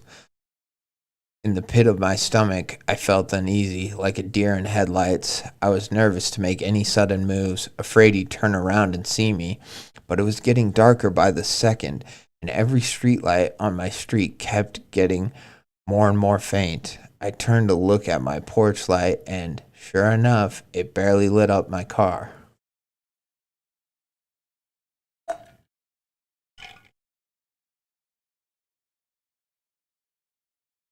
When I looked back at the man, when I looked back at the man, he was facing me. And not only was he facing me, but I watched as his face shifted.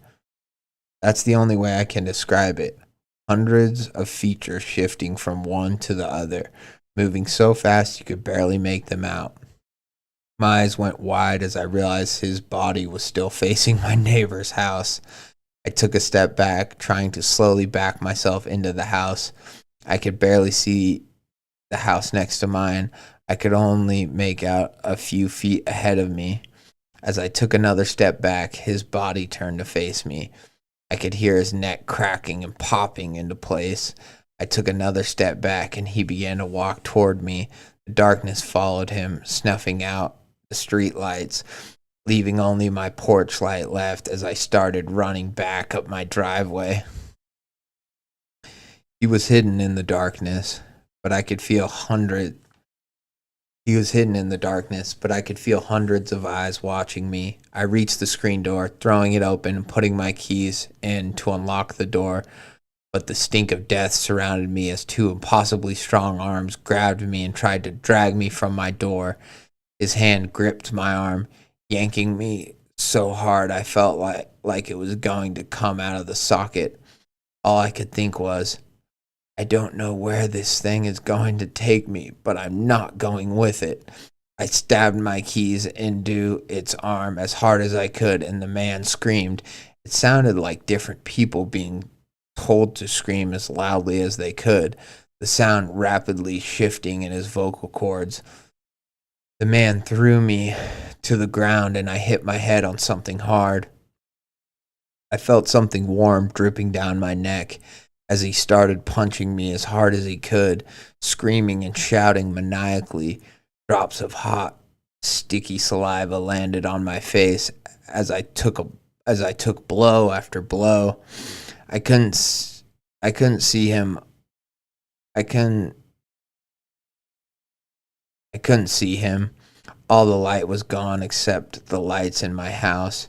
I tried not to make any movement, hoping, praying he'd just leave me alone, but instead he grabbed me by my hair and started dragging me off. I felt lightheaded and faint. I couldn't see anything except the lights in the house, which were dimming too. I refused to give up.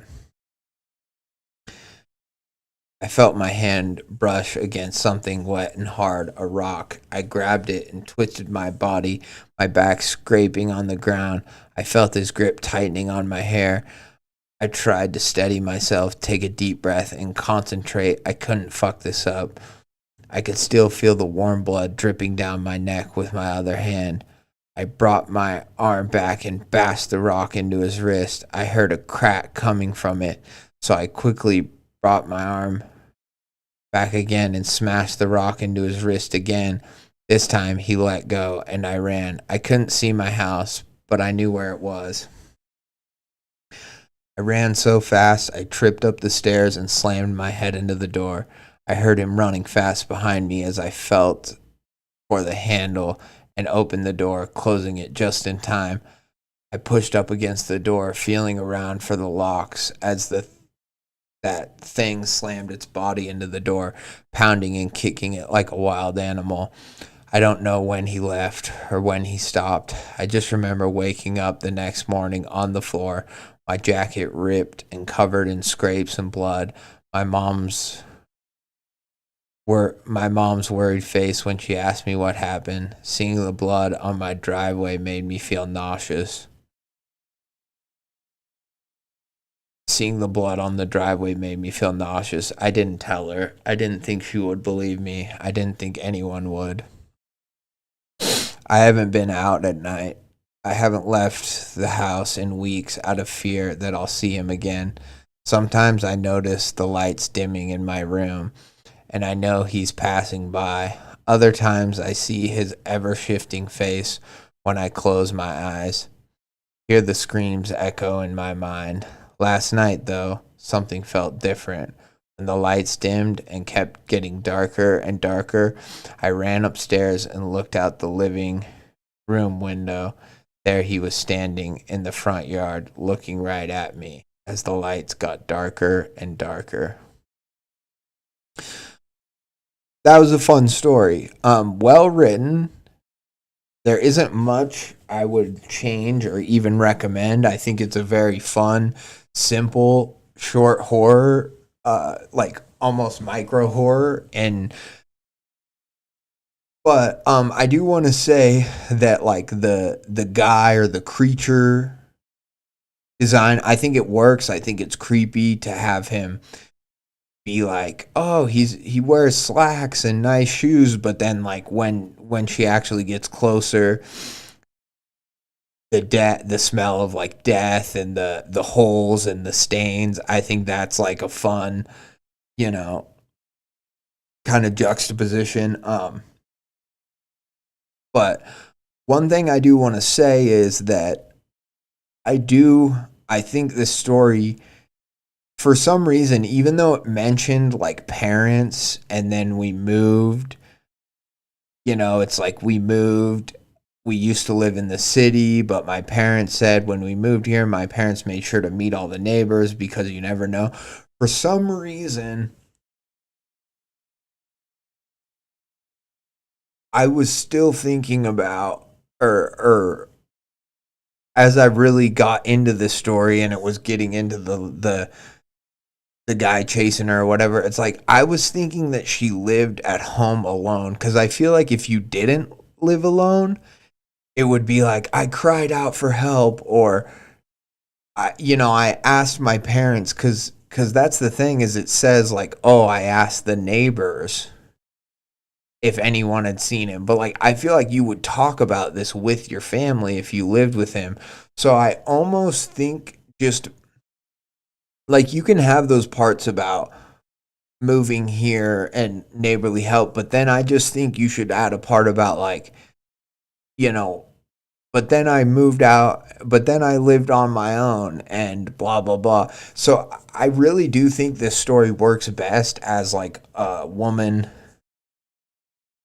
living alone. And honestly, although there's supernatural elements, I think what's most scary about this, or what's most like,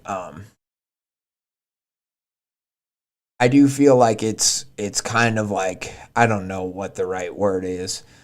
Not like an allegory, but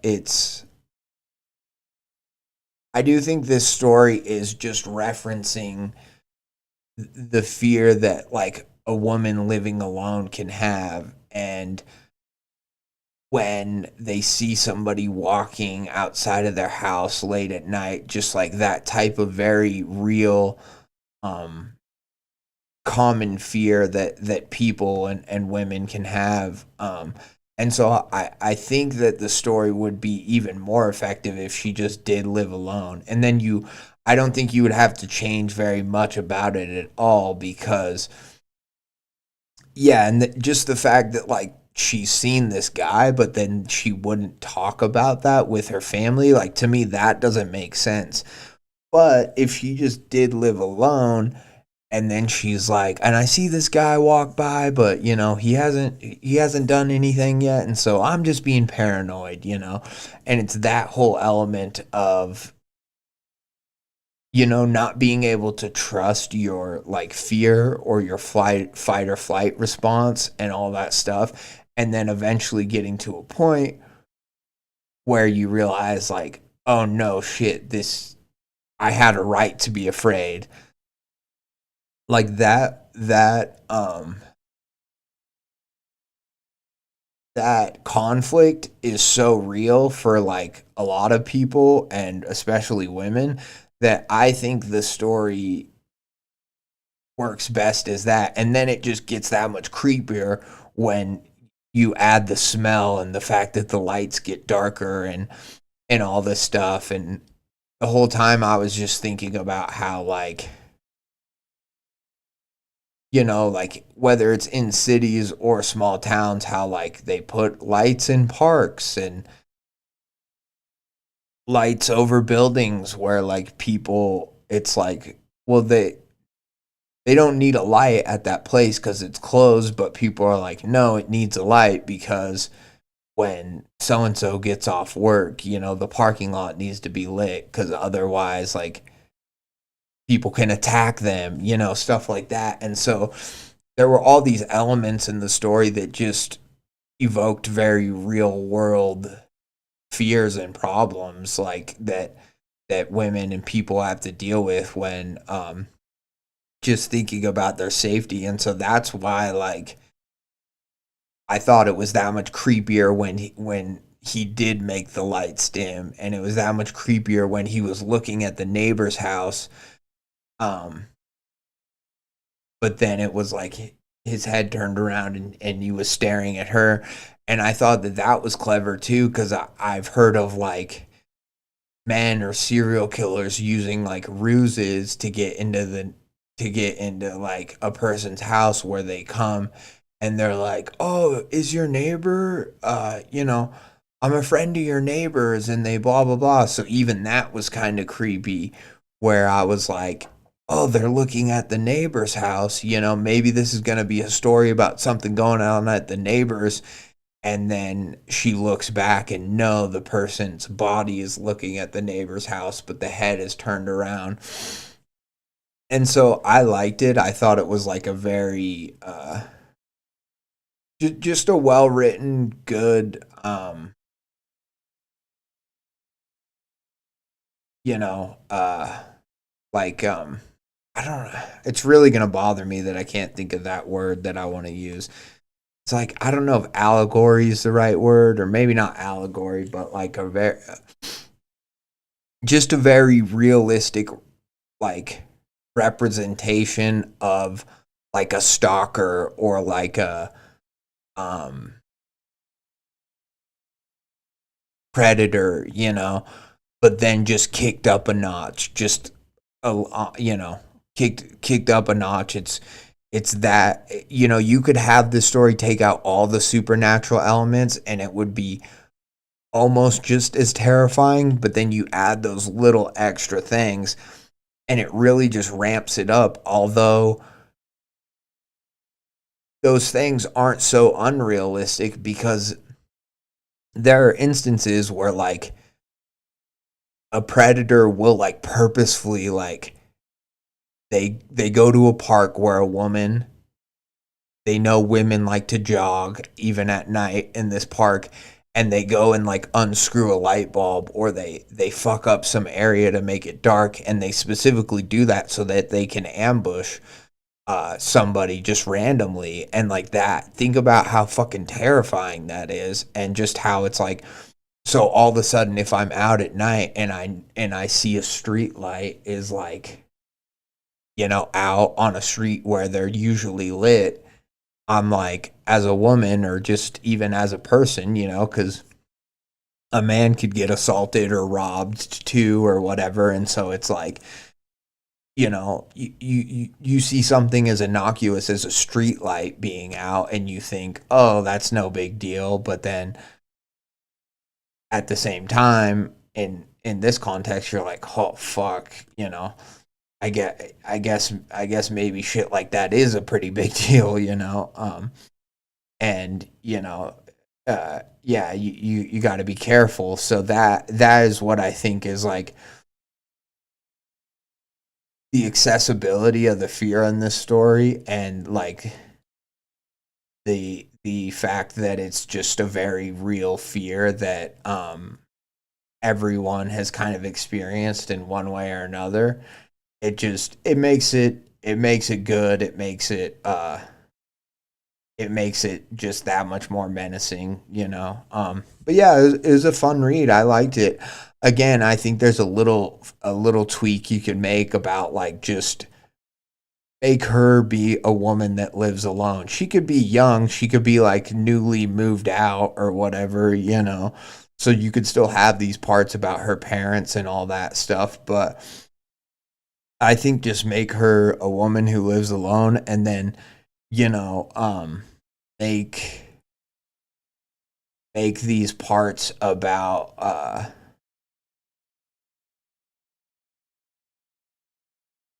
you know, like I talk to the neighbors and this and that, like make that. Or if you don't want to make her live alone, I think you need a part in this story about like, I asked my parents, but they said that they didn't see him. Or I asked my parents if they knew who he was, and they said, who are you? What are you talking about? You know? And then you could have that point where you're like, well, and then I stopped bringing it up because, you know, they made me feel crazy. You know, they made me feel bad. They said this neighborhood is safe, and we're not in the city anymore, and so they made me, you know, that it could be that sort of a thing if you don't want to change the story to she's a single female living alone. So there is a way to do it where there's still somebody who's young who lives with their parents, but I think if you do one or the other, it'll just make the story just that little bit much more stronger. But it's a good just short, simple story. I love stuff like this. I think often people when they're first writing, or just when they're writing stuff, they like to have like a complicated like mystery, or they like to have, you know, a monster who is tied to this runic whatever Norse god, or related to this story and that story, and like all sorts of stuff, and all that stuff is cool, and I like it. You know, it's done well too, but I think that there's a lot of really simple opportunity in stories like this that makes the fear, because the fear is pervasive. You know, it exists in everyone almost in society, and so I feel like a story like this has the potential to really resonate with a lot of people. So yeah, I really liked it. You know, I will certainly read you know, or I would read more of your stuff in the future, DaniWitDaVibez, but yeah, thank you for letting me read it, and I appreciate everybody who submitted stories. Again, I will be reading more here hopefully this weekend. I hope to do a nice long multi-hour stream where I can hopefully read, you know, several stories, maybe some longer, like, or multi-part ones too. If not reading all the way through them, maybe, you know, reading like a few parts, stuff like that. So yeah, I hope to keep plugging away at this amazing list of people who are so awesome for letting me, you know, for allowing me the privilege to read and critique and talk about their stories, you know. So I'm just again, I'm just so thankful, and you know, I'm kind of just still in awe of you know, the reception that this post got. So thank you so much to everyone from the bottom of my heart. I really appreciate you, and I hope you appreciated this stream today and the stories. I hope you appreciated the stories that these authors put their heart and souls into, and you know, show them some love. Go read their other stories. Go read any stories on the Tales from the Creeps subreddit. You know, we gotta make Tales from the Creeps big. We gotta make it a lasting place for online horror. I think you know, I think the Creepcast community is too awesome, and the fans deserve it, and the writers in the fandom deserve a place where their work can be seen and be shared and respected. And so yeah, I nothing but love for, you know, all my other fellow creepcasters out there. And you know, I'll see you guys soon. I'll be back to read more stories here, probably Friday, but definitely just this weekend sometime. If not Friday, then, you know, Saturday or Sunday. But yeah, so that'll do it for me. Thank you so much. This has been a Red Death Mask stream, and I'll see you next time.